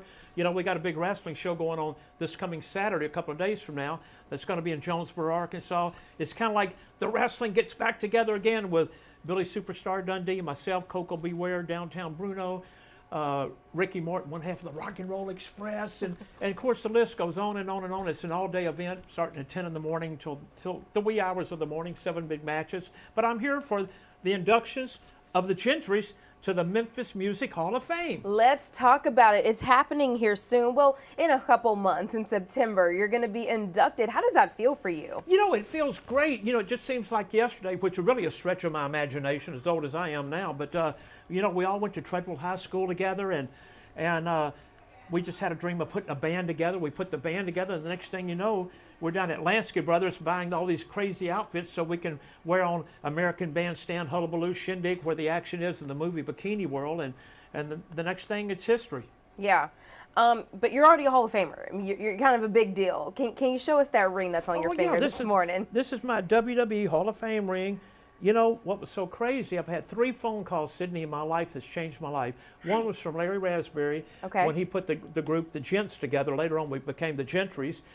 And then I had a phone call after that several years later, well, many years later, from Jerry the King Lawler when he wanted me to join Memphis Championship Wrestling down here and manage him. And then after 6 years here on Channel 5 right here, I had another phone call from Vince McMahon, and all of a sudden I'm in New York City and the WWE Hall of Famers. WWE Hall of Famer, but I feel like, and you can correct me if I'm wrong, I feel like this one might be just a little bit more special. I mean, the Memphis Music Hall of Fame. Can you tell me how that compares to the WWE and just how you're feeling right now? Oh, listen, I am so excited because, look, right here, it's our very first album. I don't know if you can get a shot of that. This is our very first album with all the band members together. This was our second album. We've had 2. We've really had 3, a Golden Hits album. How you get a Golden Hits album after a one-hit record, I don't know, but they did it. And, of course, then when our original group broke up, you know, one by one, everybody left. I went to Sun Studio with Knox Phillips. He produced this album on us. We had 2 hits off this with the Gentrys. Cinnamon Girl, that was a top 40 hit on Billboard, and Why Should I Cry, which was a top 50 hit. So we've kind of kept the name of the Gentrys alive through all these years. I love it. Y'all had international success, though. Yes. You've got some albums to show me here as well, or some singles, I should say. One of them's from Japan, correct? Right. Show me that one. This one's from Japan. We had them out in Japan, Germany, Australia, and this is one that we had out from Holland. So, That's amazing. we've had all these singles and everything. So we've been so blessed. Shout out to some of my band members that are going to be there with us. We're going to be, I think the show's at September the 27th. Correct. And so a lot of people, Wilson Pickett's going in, one of my favorite songs, I'm going away to the midnight hour. I love Wilson Pickett. But, John Doyle for the Memphis Hall of Fame series, he called us and said, we're going to induct y'all into the Hall of Fame this year. And I said, are you sure you're not trying to call Bobby Gentry? And he laughed. He said, no, it's the Gentrys. But, we had the greatest drummer of all time, Larry Wall. What a great drummer. They used to call us the Memphis Beatles because in high school we had our hair kind of long, right? Yeah. And I remember one day our principal says, if y'all don't cut your hair, you boys ain't going to be on stage. And I think Larry or somebody said, well, Mr. Mabry, we're on stage so much all the time anyhow, I guess we could miss one night. He didn't like that, but we did trim our hair for it. But Larry Wall, great drummer for us back then. We called him Ringo because he reminded us of the Beatles. One of our singers in the group, which was awesome, which was Bruce Bowles. He looked like John Lennon. The girls loved him. We kind of had the Memphis Horns before the Memphis Horns with Jimmy Johnson and Bobby Fischer. They played keyboards each and also doubled on the saxophone and horns. Pat Neal was our bass player, kind of like Doug Dunn of Booker T and them. Of course, Larry was our leader back in the day. He booked the trips. He booked the gigs. He arranged the songs. He did everything for us. And we love Larry. So the Gentrys are getting back together one more big time. I want to ask you this. Tell me, how does it feel, just this recognition as a Memphian and just being back here in this city? What does that feel like for you? Well, you know what? I still feel so good. It seems like the older you get, the more things mean. It's hard to kill a memory, everybody says, Sydney. But I'm tell you what's so special about this. My good buddy Jason picked me up today, and when he picked me up, he's part of the wrestling show we're doing this weekend. He picked me up. And Space Cowboys, what I called it. We went over. The first thing we did was we're going to do this interview now. When we leave here, we're going to go see Hal Lansky at Lansky Brothers, where we used to buy all of our original Gentry's outfit. That's where back in the day, Sydney, Elvis bought his stuff there. Jerry Lee Lewis, Carl Perkins, Isaac Hayes, Rufus Thomas. That was the big thing back then. And as the early days of the Gentrys, when we were just playing the T. Walker Lewis YMCA or the sock hops around town, that our dream was to get enough money to go buy these clothes at Lansky Brothers. But it feels so good to come back. What I'm leading to is we're going to go by and see him, which is down on Beale Street over there. We're going to see him today before we leave, get a couple of things there, and then we're going to go eat at the Cupboard and eat at Top's Barbecue and eat at Corky's, all of my favorite places here. Memphis but I love all the way. Food. Yeah, Sydney, it's great.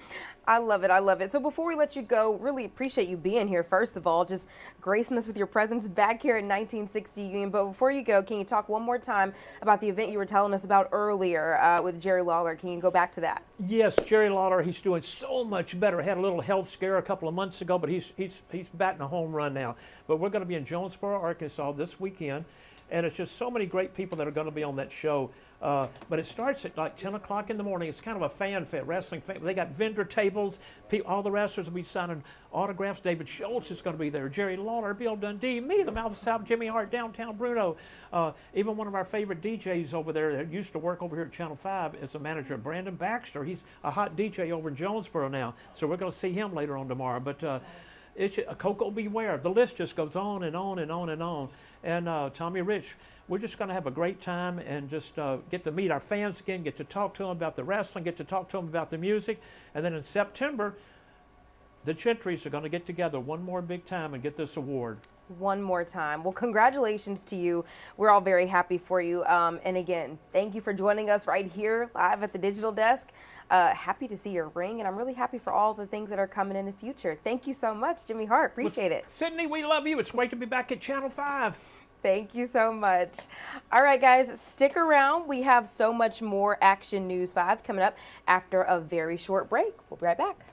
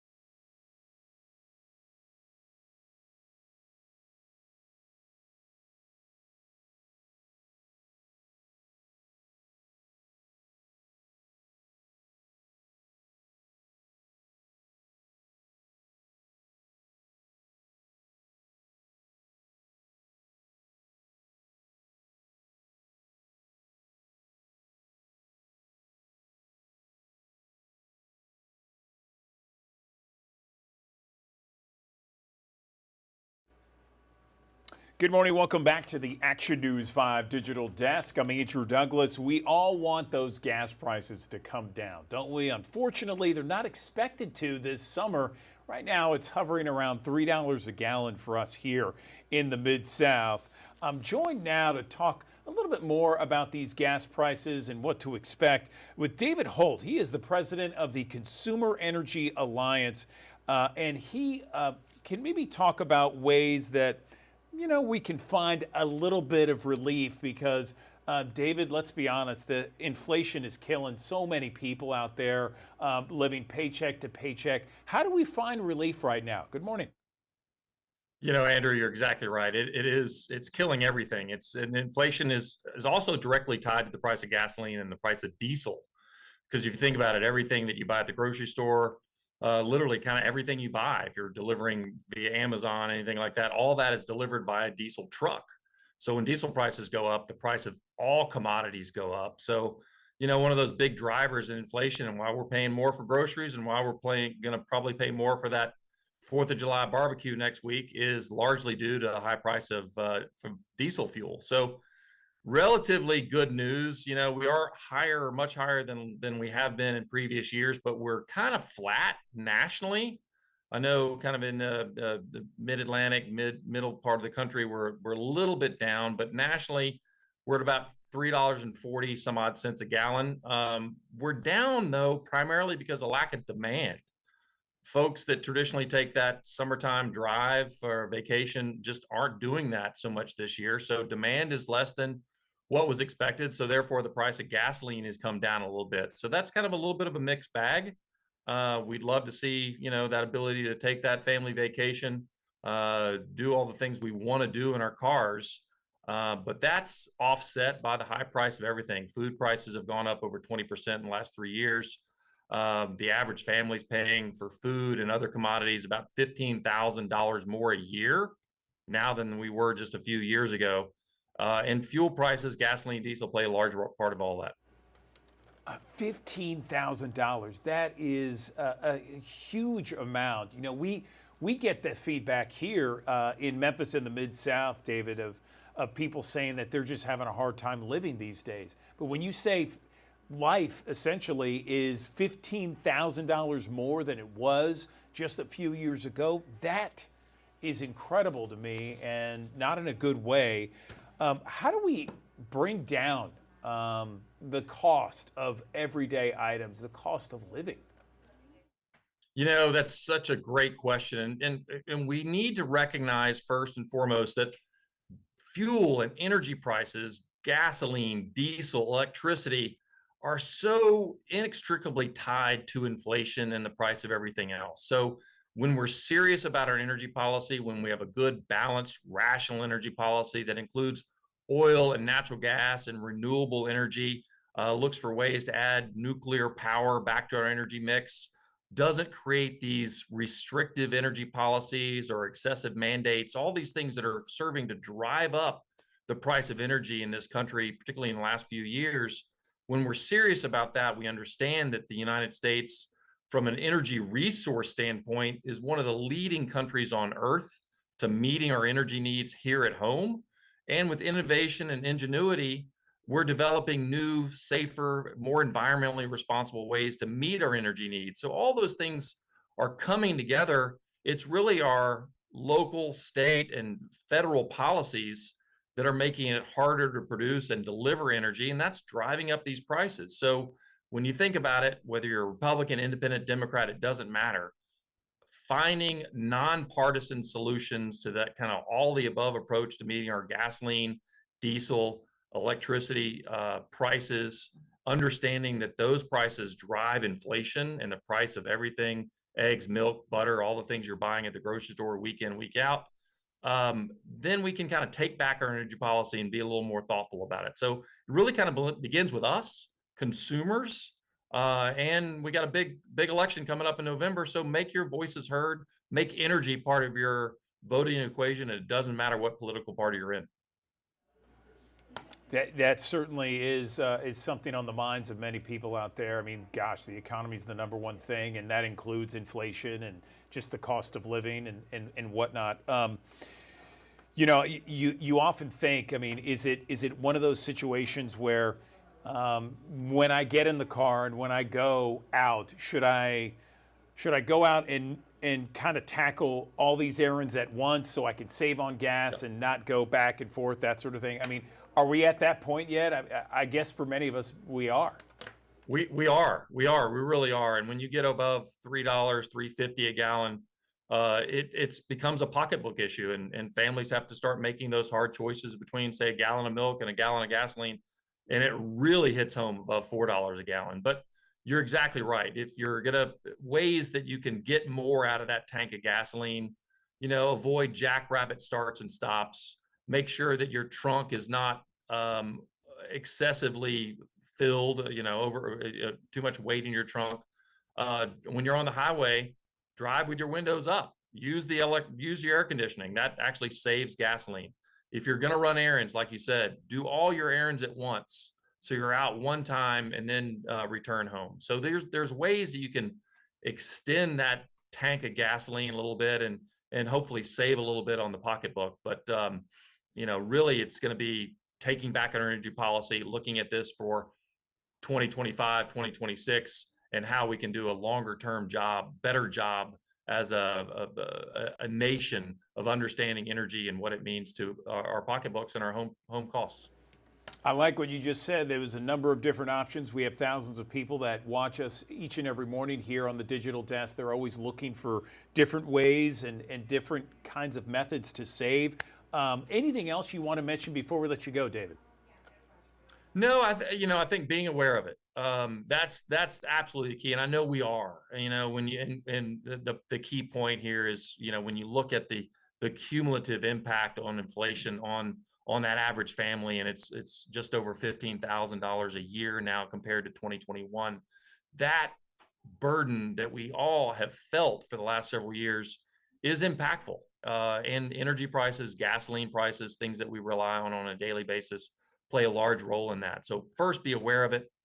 Second, understand that it should be a nonpartisan issue, because folks on fixed incomes are the ones that are most burdened by this, but it impacts all of us. So Democrat, Republican, Independent, doesn't matter. Let your voices be heard in November on energy policy, and let's try to take back that energy policy in this country. Amen to that. David Holt, great conversation there. Consumer Energy Alliance President, we appreciate your time on the Digital Desk. Thank you.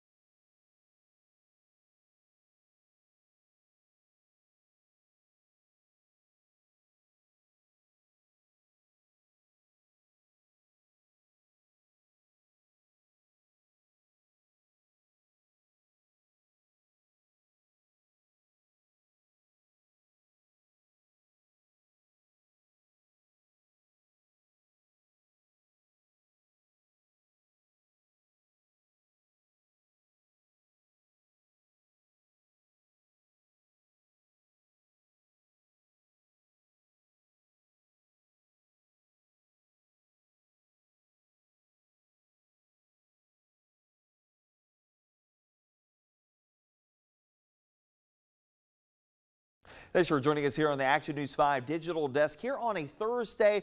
The rain and storms have exited the Mid-South, but we still have a small chance that we could catch a quick shower, mainly in northeastern Mississippi later on today. Most spots, though, likely to stay dry. Clouds also beginning to clear out over the next few hours. We'll see a little bit more sunshine to develop through the late morning, early afternoon hours. Temperatures are going from the morning 70s on our way up to near 90 before it's all said and done, and a nice northeasterly wind to come in around 10 miles per hour. Here's a look at what to expect as far as today is concerned. Again, highs topping out upper 80s and low 90s across the board. And again, there's your small mention of an isolated shower across northeastern Mississippi as we go through the back end of today. So it wouldn't be surprising, again, places like Oxford, Ashland, Ripley, Blue Mountain, Rienzi, as well as Glen and Corinth may catch a quick shower here or there. Most spots otherwise from eastern Arkansas up towards the Missouri Boot Hill and into West Tennessee, all dry at this point. As far as tonight is concerned, upper 60s and low 70s to bottom out as we wake up tomorrow morning. That's around where we should be for this time of the year under a mostly clear sky.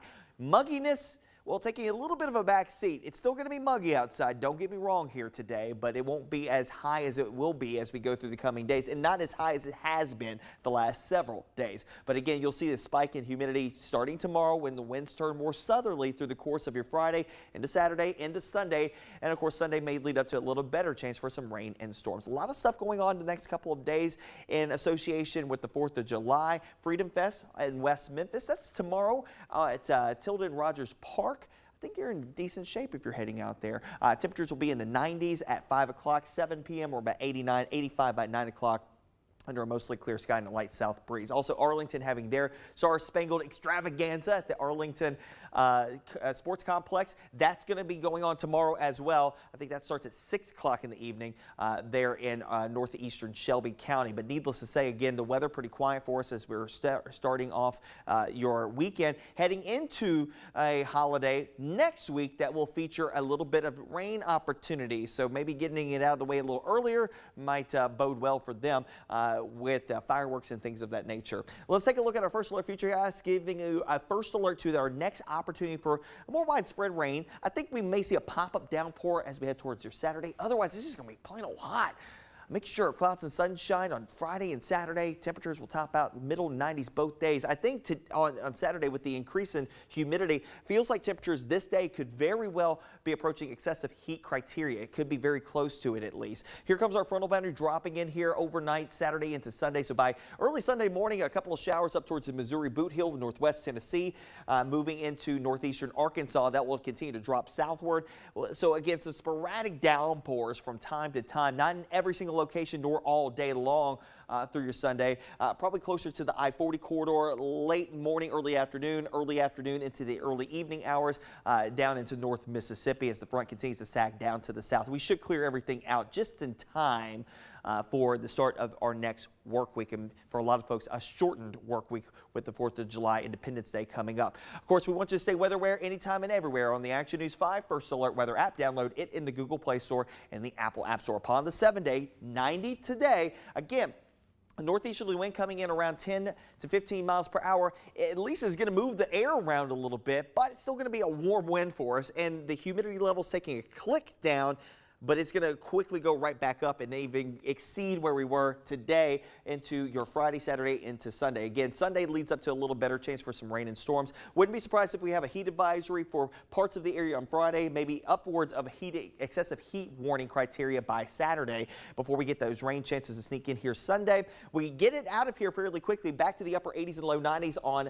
Monday. A very quick ramp up in temperatures come Tuesday as a ridge of high pressure builds right on top of us very quickly. So again, it's going to go from 0 to 100 very quickly, and really we'll say 90 to almost 100 as we head towards Monday to Tuesday. A little better chance for some rain and storms to sneak in with an approaching front by next Wednesday. We may have a few storms that will take us into next Thursday, Independence Day. Of course, one way to find out that information, you can look at it on the Action News 5 First Alert Weather app. Again, a download in the Google Play Store and the Apple App Store.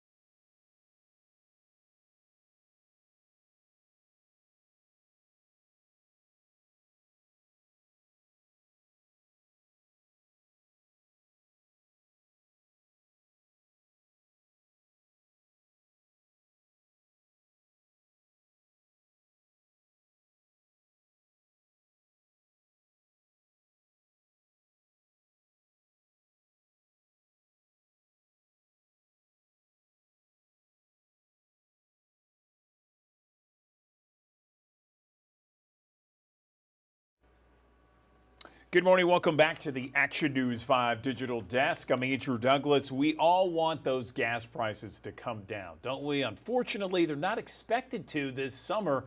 Right now, it's hovering around $3 a gallon for us here in the Mid-South. I'm joined now to talk a little bit more about these gas prices and what to expect with David Holt. He is the president of the Consumer Energy Alliance, and he can maybe talk about ways that we can find a little bit of relief because, David, let's be honest, the inflation is killing so many people out there living paycheck to paycheck. How do we find relief right now? Good morning. Andrew, you're exactly right. It's killing everything. And inflation is also directly tied to the price of gasoline and the price of diesel. Because if you think about it, everything that you buy at the grocery store, literally kind of everything you buy, if you're delivering via Amazon, anything like that, all that is delivered by a diesel truck. So when diesel prices go up, the price of all commodities go up. So, one of those big drivers in inflation and why we're paying more for groceries and why we're going to probably pay more for that 4th of July barbecue next week is largely due to the high price of diesel fuel. So relatively good news. We are much higher than we have been in previous years, but we're kind of flat nationally. I know kind of in the mid-Atlantic, middle part of the country, we're a little bit down, but nationally we're at about $3.40 some odd cents a gallon. We're down though, primarily because of lack of demand. Folks that traditionally take that summertime drive for vacation just aren't doing that so much this year. So demand is less than what was expected. So therefore the price of gasoline has come down a little bit. So that's kind of a little bit of a mixed bag. We'd love to see, that ability to take that family vacation, do all the things we want to do in our cars. But that's offset by the high price of everything. Food prices have gone up over 20% in the last 3 years. The average family's paying for food and other commodities about $15,000 more a year now than we were just a few years ago. And fuel prices, gasoline, diesel play a large part of all that. $15,000. That is a huge amount. We get the feedback here in Memphis in the Mid-South, David, of people saying that they're just having a hard time living these days. But when you say life essentially is $15,000 more than it was just a few years ago, that is incredible to me and not in a good way. How do we bring down the cost of everyday items, the cost of living? That's such a great question.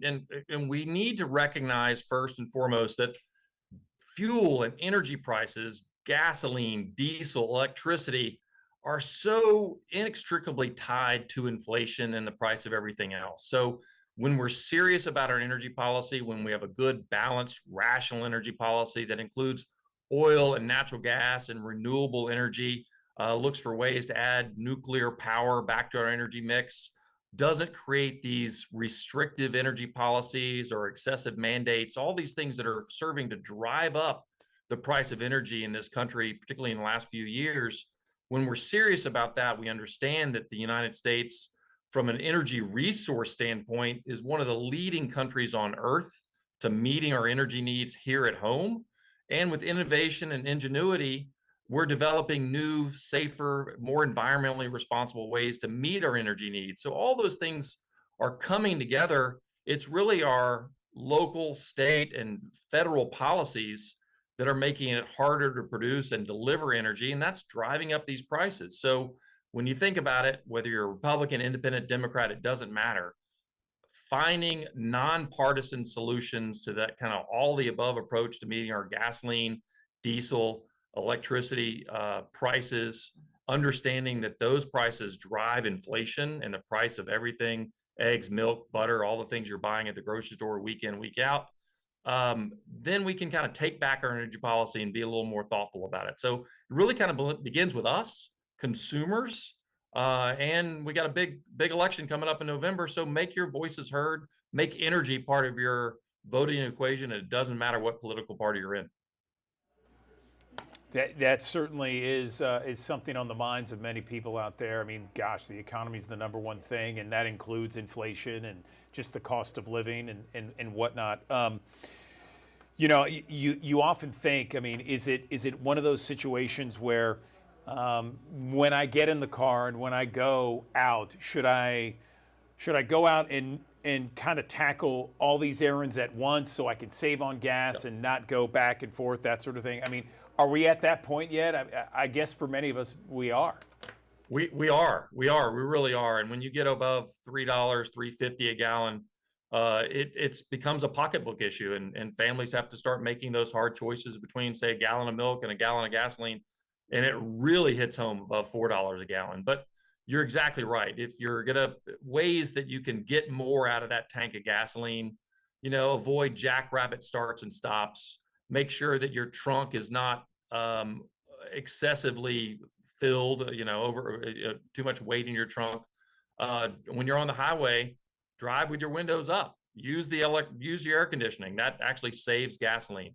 If you're going to run errands, like you said, do all your errands at once, so you're out one time and then return home. So there's ways that you can extend that tank of gasoline a little bit and hopefully save a little bit on the pocketbook. But you know, really, it's going to be taking back our energy policy, looking at this for 2025, 2026, and how we can do a longer term job, better job as a nation of understanding energy and what it means to our pocketbooks and our home costs. I like what you just said. There was a number of different options. We have thousands of people that watch us each and every morning here on the Digital Desk. They're always looking for different ways and different kinds of methods to save. Anything else you want to mention before we let you go, David?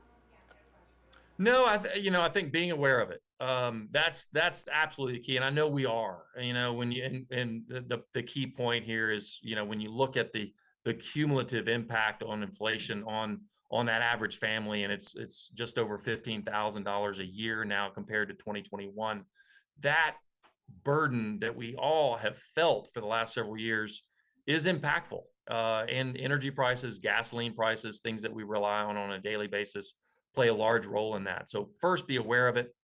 Second, understand that it should be a nonpartisan issue, because folks on fixed incomes are the ones that are most burdened by this, but it impacts all of us. So Democrat, Republican, Independent, doesn't matter. Let your voices be heard in November on energy policy, and let's try to take back that energy policy in this country.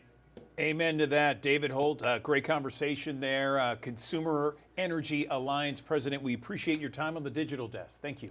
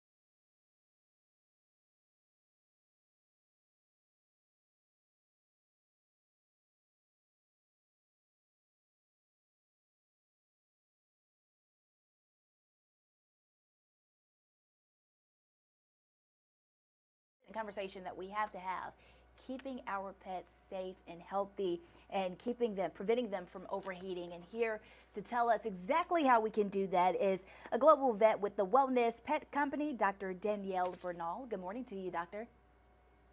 Good morning. Thanks so much for joining us. So let's just jump right into it with what are some of the immediate actions pet parents can take in order to ensure the safety and well-being of our pets during these very hot months? Well, the first one is we need to start thinking a little more preparedness. If you're going to be exercising your dog, which is great on routines, try and go early morning or in that late evening. We really want to avoid those hot parts of the day. We all know, for example, we should never leave an animal in a locked car. It can take just 7 minutes, so always take them with you. Or if you're at home, even make sure that they've got plenty of shade, plenty of water, and ideally can come inside to cool off as well. You know, as a pet parent, you think you're making and doing the right things to make sure that your pet is safe. But tell me some of the signs to look out for when that you can kind of notice when your pet might be overheating. Yeah, so our dogs, they're different to us. They don't sweat. So when they get hot, you'll start to notice that they're panting. They may be breathing a little bit more, laying themselves down on the cool floor. They're all normal signs of it just being a hot day. Once it starts to progress and their breathing looks labored, their heart rate is increasing, there may be a glassiness to their eyes, they may be looking, a bit dizzy and uncoordinated, or really just struggling overall, that's the immediate signs that something has definitely gone wrong. They're experiencing heat stroke, and it's time to call your veterinarian to get them to help you out there and then, or even, and probably more likely, to get into the clinic where they can help your dog get that temperature back down. Great advice, and I know everyone has their own routine. I know some pet parents, especially like dog owners, you like to take your dog out for a walk early in the morning, and some even that afternoon or late at night. How should we alternate or how should we change up our routine during the summer months? Because I know in the middle of the day it can get pretty toasty out there.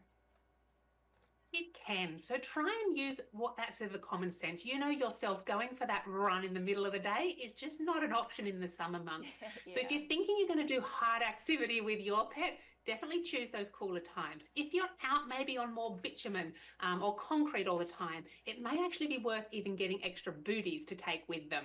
And again, the routine is important, but also think of ways you can adapt your pet to that. So if they've got thick, shaggy hair, maybe it's time to get that summer cut and trim that off to help them overall just stay cool and keep that temperature down.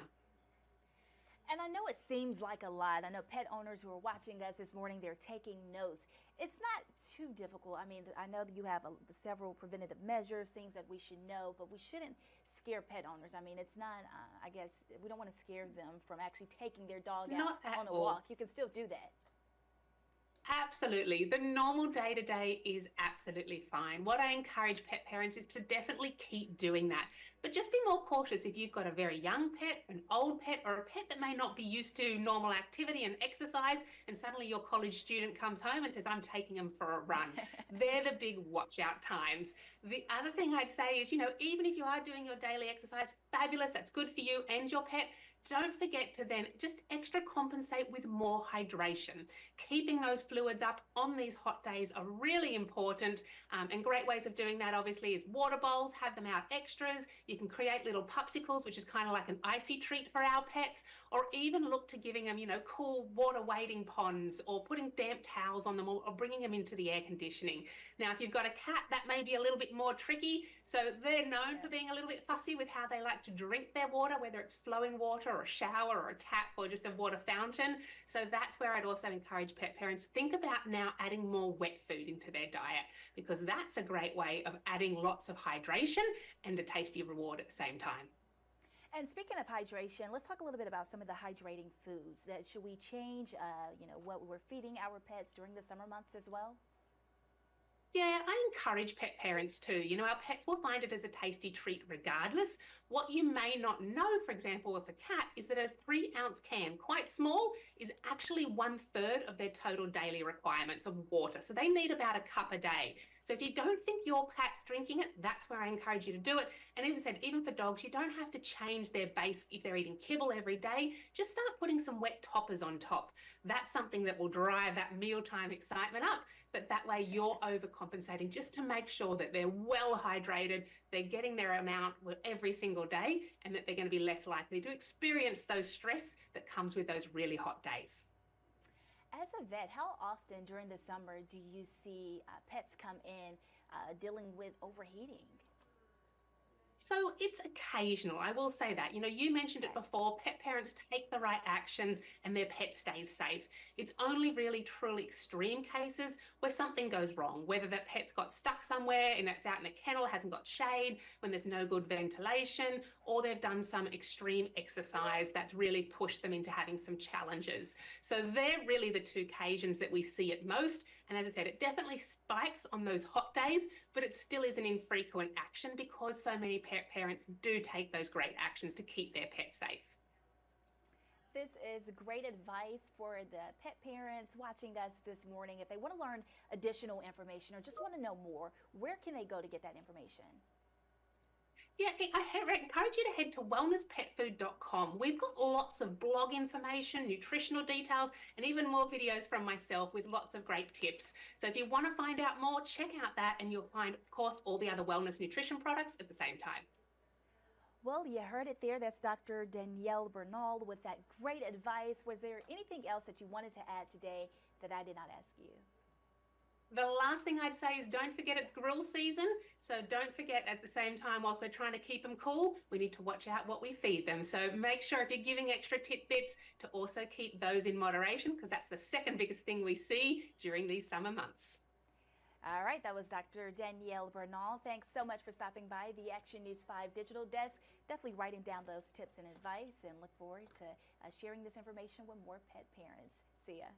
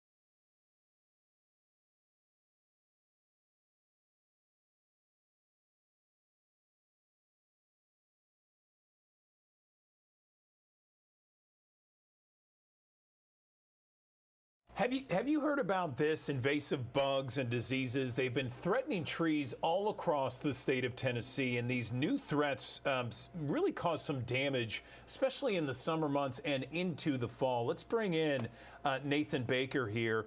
He is a certified arborist, district manager over at Jones Brothers Tree and Landscape. Nathan, how are you? Good morning. I'm good. Good morning. How are you? Doing well, thanks. So let's talk about these bugs. What are we talking about, and what kind of trees are affected? All right, so there are a lot of invasive pests in the United States right now. There are some affecting Tennessee in particular. If you want to talk about emerald ash borer, which in the West Tennessee area, we don't really have a big problem with that because our ash population is pretty low. We have crepe myrtle bark scale, which it's pretty easy to manage, but it's very, very common where we are. Hackberry woolly aphids, azalea lace bugs, and these are affecting your landscape plants. Historically, so over the last 20 years or so, we've got the southern pine beetle, the Ips beetle, and the turpentine beetles affecting our pine forests. So that has a significant economic impact there. What about for homeowners out there? They're concerned about their trees. For example, someone in our newsroom has a 100-year-old tree on their property. Are there some telltale signs to really watch for to make sure that their tree is, number one, healthy, and what to do to make sure that it doesn't cause any damage? Sure. So as a homeowner, you can do some quick visual inspection. So I would basically go from the bottom and look all the way to the top. So in the bottom, you want to make sure you don't have any large open cavities down low. You want to make sure you don't have any cracks in the trunk. You want to make sure there's no root decay fungus. So we're talking mushrooms growing directly from the base of the tree. And so as you move up the trunk, you want to look and see if you have any large dead limbs or broken or hanging limbs. So, we had the ice storm back in February, and I'm still seeing a lot of broken and hanging limbs in the trees now. So it's important to make sure you're watching for those, and because those can pose an immediate hazard to people and to your homes. I got you. So I understand there's like 5 easy signs that any homeowner can spot that'll keep trees safe in the winter storms and beyond. Let's talk about the 5 signs. All right. So the first would be to inspect the canopy, like we talked about, looking for dead, disease, broken limbs. Second would be check for signs of heat stress. So if you think about the last 2 months that we've had, it's been really, really hot. and we didn't have a lot of rain for a while. So your trees are going to have signs of heat stress, and those signs are wilted, drooping, or curling leaves, maybe some brown edges, some early leaf drop, or some premature fall color. There is a solution for that. Thank goodness. You can water deeply and slowly in the morning. So you don't want to water in the middle of the day when it's really hot, because a lot of that water is going to evaporate before it has a chance to get down into the soil. So about an inch of water is good for mature trees. And how I would do that is just basically run your hose out there, turn the water on, kind of low, and just let it run for a while to get that deep watering. Mulch around the base of those trees will help with water evaporation and kind of keep that soil moisture there. Number 3 would be to check for pests and diseases. So, like I said, there's not a lot of invasives that are difficult to control in West Tennessee. We're able to do that through chemical applications. You can do systemic applications. You can do foliar sprays, and there's a lot of things that you do for that. So you want to check your leaves for chewing, discoloration. Might be some egg masses. You might see some holes in the bark on the trunks. Good look for dark spots, odd colors, or distorted shape on your leaves. Step 4 would be, as a homeowner, you can fertilize your trees. So you want to look for something that's going to be a slow release, and you can get this at your big box stores. You can go to an ag center. You can go to a landscape supply company, and you can, as a homeowner, get your own fertilizer and fertilize your own trees.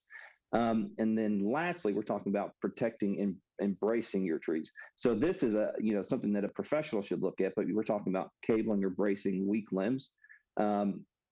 And then you can also identify areas of concern and then reach out to an arborist for a solution that will help protect the tree in high winds and storms. That last point, I want to talk a little bit more about. When is the time that you need to call a professional and say, okay, I need some help, you need to get in here? Right. Anytime you notice broken limbs, hanging limbs, I would call a professional. There's a lot of inclined homeowners to go, cut a few limbs. If you're talking about working at a height, there's a real risk involved of personal injury. So I would recommend that you leave a lot of that to professionals. And so there's a lot of very good companies in this area that will come out and take a look at your trees without charging any sort of consulting fee. So I would make sure that you call a few of them. You call us. I mean, we can make sure that you get an arborist out there just to look at it and make sure that you have the main issues addressed. We know August is National Tree Check Month. Is there anything else we're missing? Is there anything else we can tell homeowners or anybody out there to just kind of be wary of and watch for? Well, there's some things on the horizon. So we think about gypsy moth is moving towards Tennessee. It's currently in Virginia and working its way down. And gypsy moth is really concerning because it focuses on your hardwood. So we're talking oak trees, hickory trees. And what it does, it'll go through and defoliate a tree. And in the middle of the summer, that's a big problem because if a tree loses all of its leaves, you're talking about the tree dying. And you think about our main tree population in Memphis, and we're talking about oak trees everywhere. And so that's something on the horizon that we really need to watch for and be careful with. Gypsy moth. Okay. And you said it's in Virginia right now. So that means that it's in the eastern part of the state? Right, towards the eastern part of the state. But, so these insects will move pretty limited year to year, so long as there's not human interference. So during the life cycle, they can move maybe a few miles per year. But if you start moving plant material, or if it's transported on trucks or nursery stock, and then these insects can be introduced into an area where they aren't currently. Gotcha. Okay. Anything else? Where can people go for some of this information that we talked about, Nathan? Tennessee.gov has a lot on the invasive species and current pests that are affecting Tennessee and kind of what's on the horizon. And so I would recommend starting there. Okay, Nathan Baker, certified arborist, district manager of Jones Brother Tree and Landscape. Appreciate all of the advice, man. Thanks. Thank you.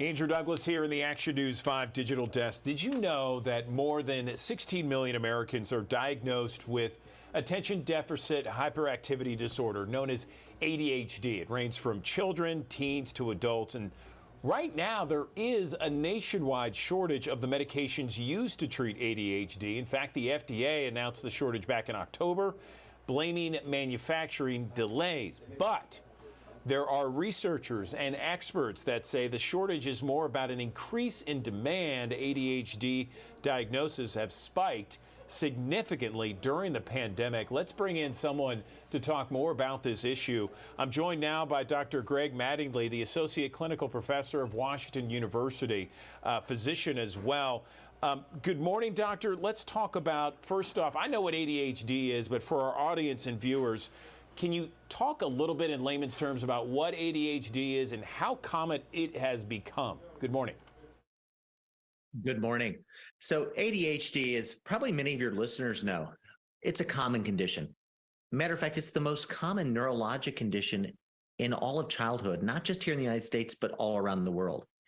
So here in the United States, but if I went to Canada, if I went to Europe, if I went over to Asia, it's 8 to 10% of kids meet criteria for ADHD.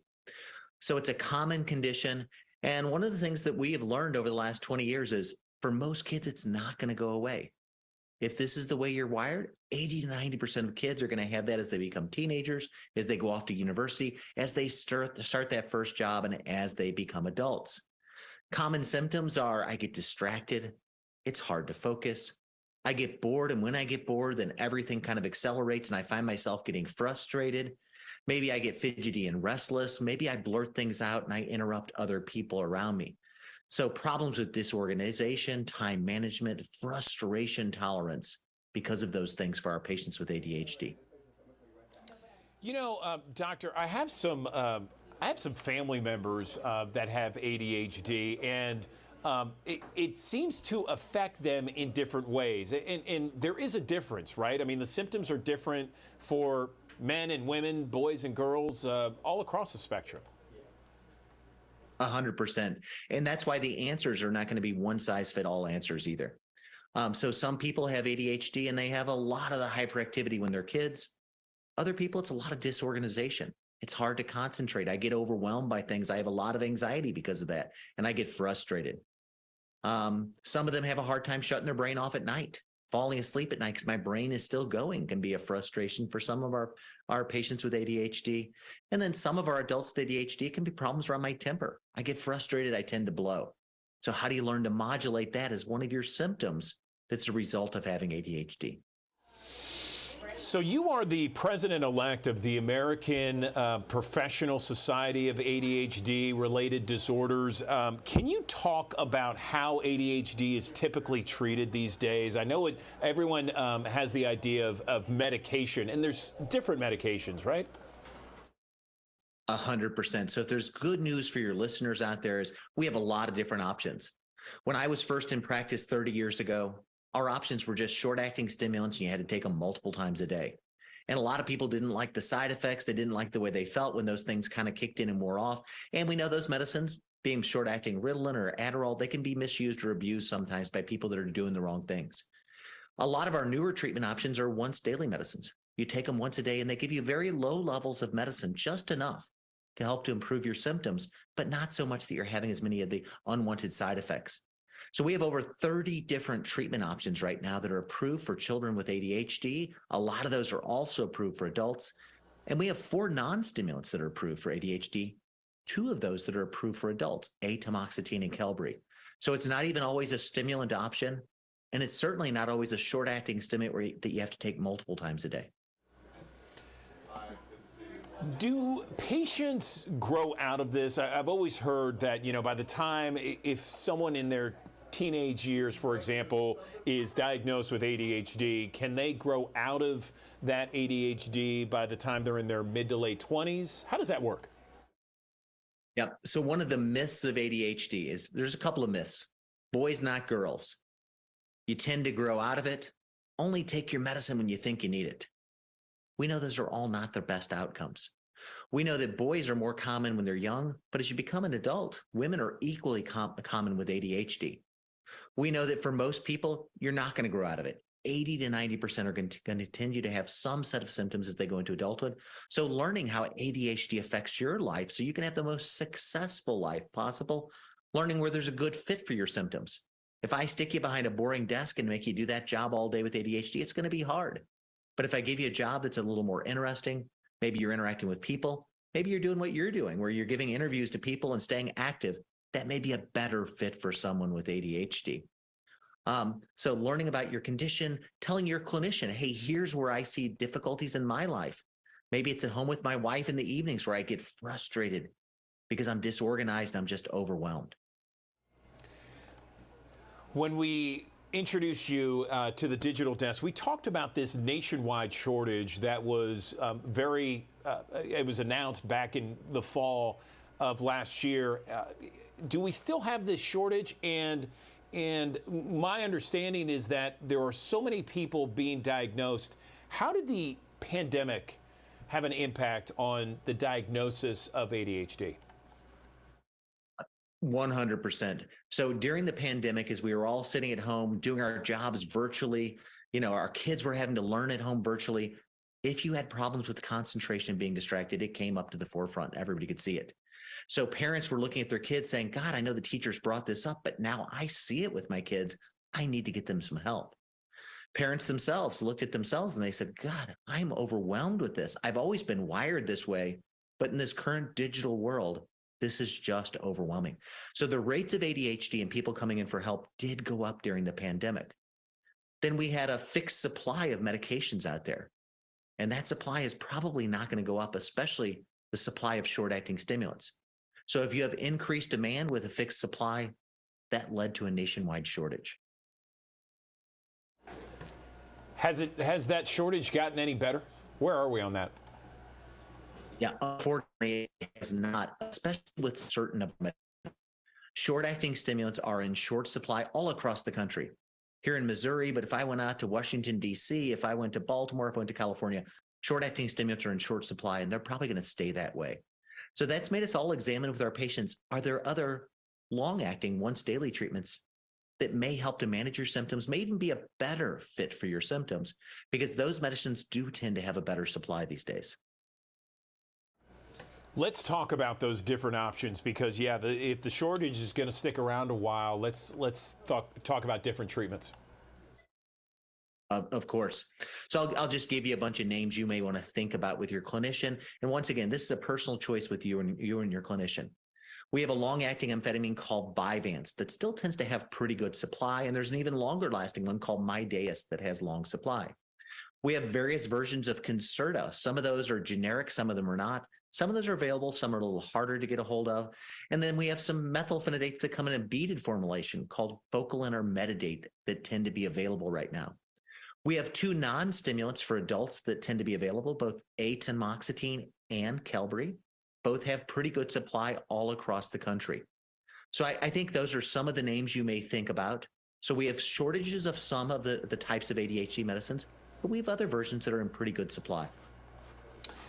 You know, this has been an interesting interview, Doctor, and something that's revealing to so many out there. We have thousands of viewers each and every morning joining us here, and I know that either someone knows or has a friend or perhaps a family member with ADHD. Where can they go to get some more information on what we talked about and any other questions they may have? I'll give you two resources. One is a group called CHAD, and CHAD makes a magazine once a month called Attitude. And CHAD is a group of patients that have ADHD that are advocates that put together these resources. So Attitude's a once a month magazine. In addition, APSARD, the organization that's a group of researchers, teachers, doctors, nurses, psychologists, apsard.org, has a lot of resources and can steer you in places to learn more about ADHD. You know, this has been a great interview. Dr. Greg Mattingly, Associate Clinical Professor, Washington University, and we really appreciate your time this morning. Thanks very much. Thank you.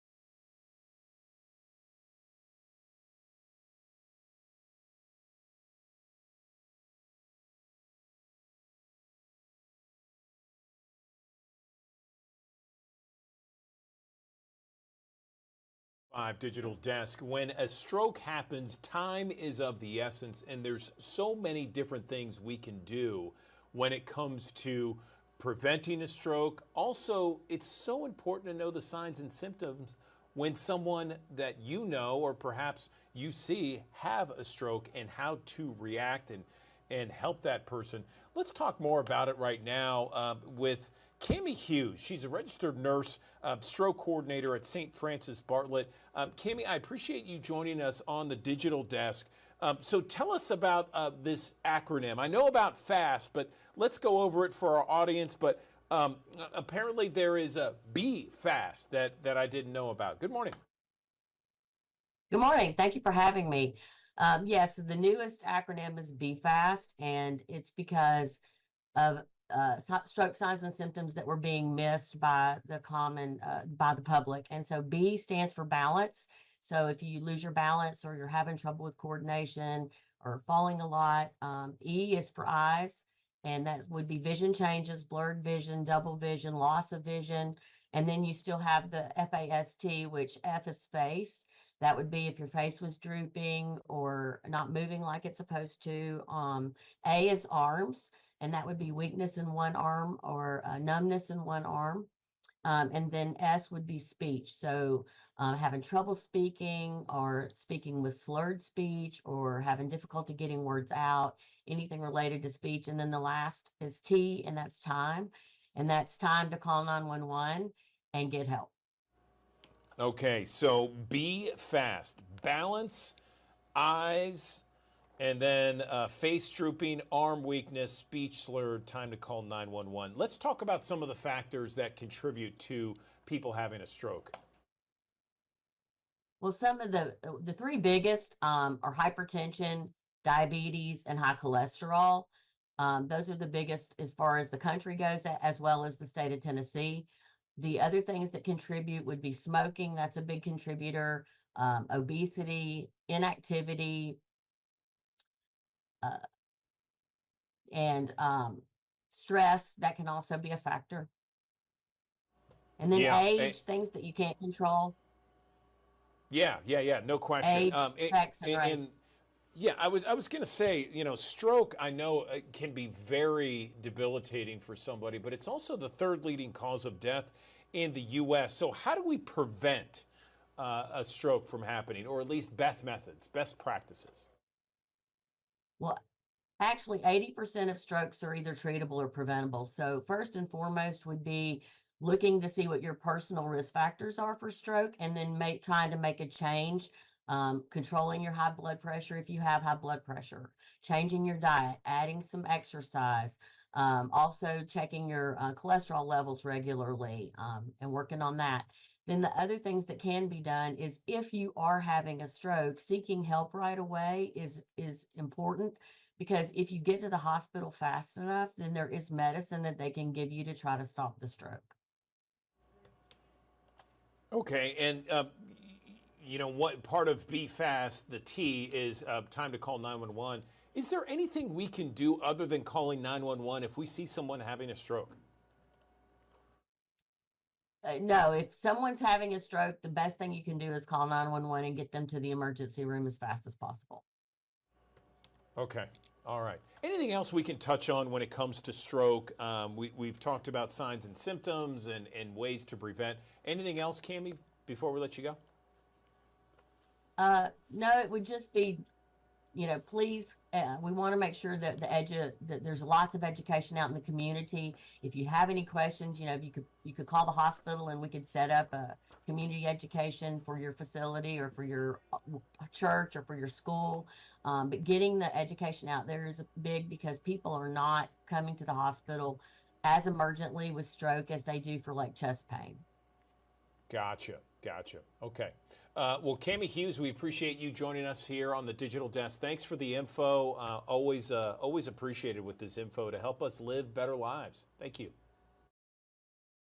All right, Andrew Douglas here in the Action News 5 Digital Desk. I want to tell you about a new study that says 11 minutes of moderate exercise a day can lengthen your life. Just 11 minutes, moderate exercise each day can lengthen your life. Okay, so let's talk more about this study with Alex Xavier Seals. He is an exercise specialist with Regional One Health, joining us on the digital desk.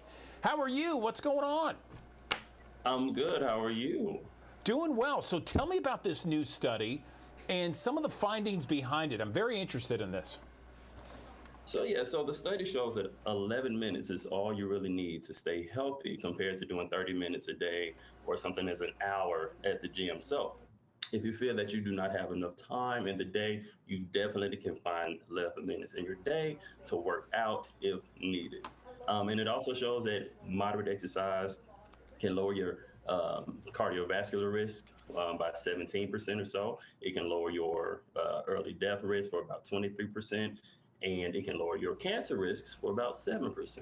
So it's quite an interesting study. So 11 minutes here. Give me some examples of moderate exercise. Are we talking about interval training? Are we talking about taking a brisk walk? What are we talking about?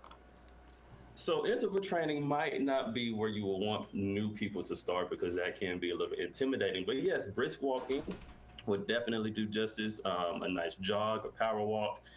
Jumping jacks, anything where you're getting that heart rate elevated and that breathing elevated will be good enough to consider good exercise. So the CDC recommends 150 hours of exercise each week. So this is about half of what the CDC recommends, and you still have the benefits, right? Exactly. So if you look at that CDC recommendation, that'll be about 30 minutes a day if you work out 5 days out the week. However, if you choose to just do 11 minutes, you're doing about 55 minutes for that week. Okay, and this is just to maintain health, body health. It's not, we're not addressing losing weight or building muscle mass, nothing like that. This is just about maintaining optimal health. Exactly. It's just mainly about, like you said, maintaining optimal health. If you do want to do something along the lines of losing weight or gaining muscle, then yes, you would have to do something more strenuous. But if you just want to stay healthy and active, as long as you're moving, you're doing just great. Okay, so Alex Xavier, let's talk about some simple ways people out there, many viewers, we have thousands of people that watch us on the digital desk each and every day, some simple ways for people to work in exercise in their daily life. And again, all they need is 11 minutes a day, right? Yes, exactly. So some simple things that you can do. Like we said earlier, you can walk. So if you find yourself at work, you have an hour lunch break. Take your time, walk in the parking lot, walk around the building, go talk to your coworkers productively and engage in motion. You can wash your car by hand versus going through a car wash. You can walk your dog if you have a dog for an extended period of time during your lunch break. There's plenty of things you can do. You can do some jumping jacks at your desk while you're working. If you're able to prop your computer up higher, maybe you have a standing desk at work. Maybe work while you're walking or work while you're squatting. There are plenty of ways that you can find ways to exercise for a very short amount of time. I like that. And then, and I know it's so important to keep moving. Can you talk to our viewers about why it's important to just kind of keep the body going?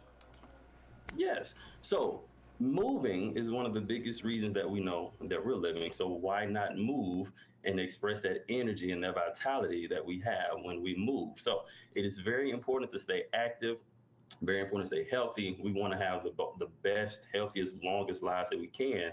And the simple fact is moving will get you there. So as long as you're moving, you do not have to do anything strenuous. Just do something, because something is better than nothing. Exactly. Well said there.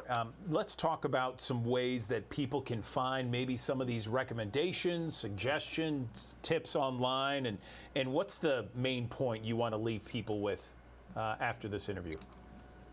Yeah, so you can always refer to the CDC. We've spoken about them. You can go to the World Health Organization's website and find recommendations as far as what they consider good exercise habits. If you go to your local gym, I'm sure the trainers there will be able to assist you and let you understand more about optimal health and exercising appropriately. And I would consider the biggest takeaway that I would want people to know about exercise is that it does not have to be hard. It does not have to be difficult. It can be fun. So just get out there and move, get out there and do something, be happy, be active. All right.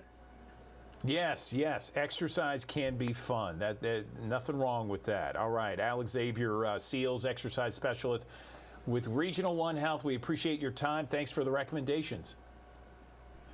Thank you so much.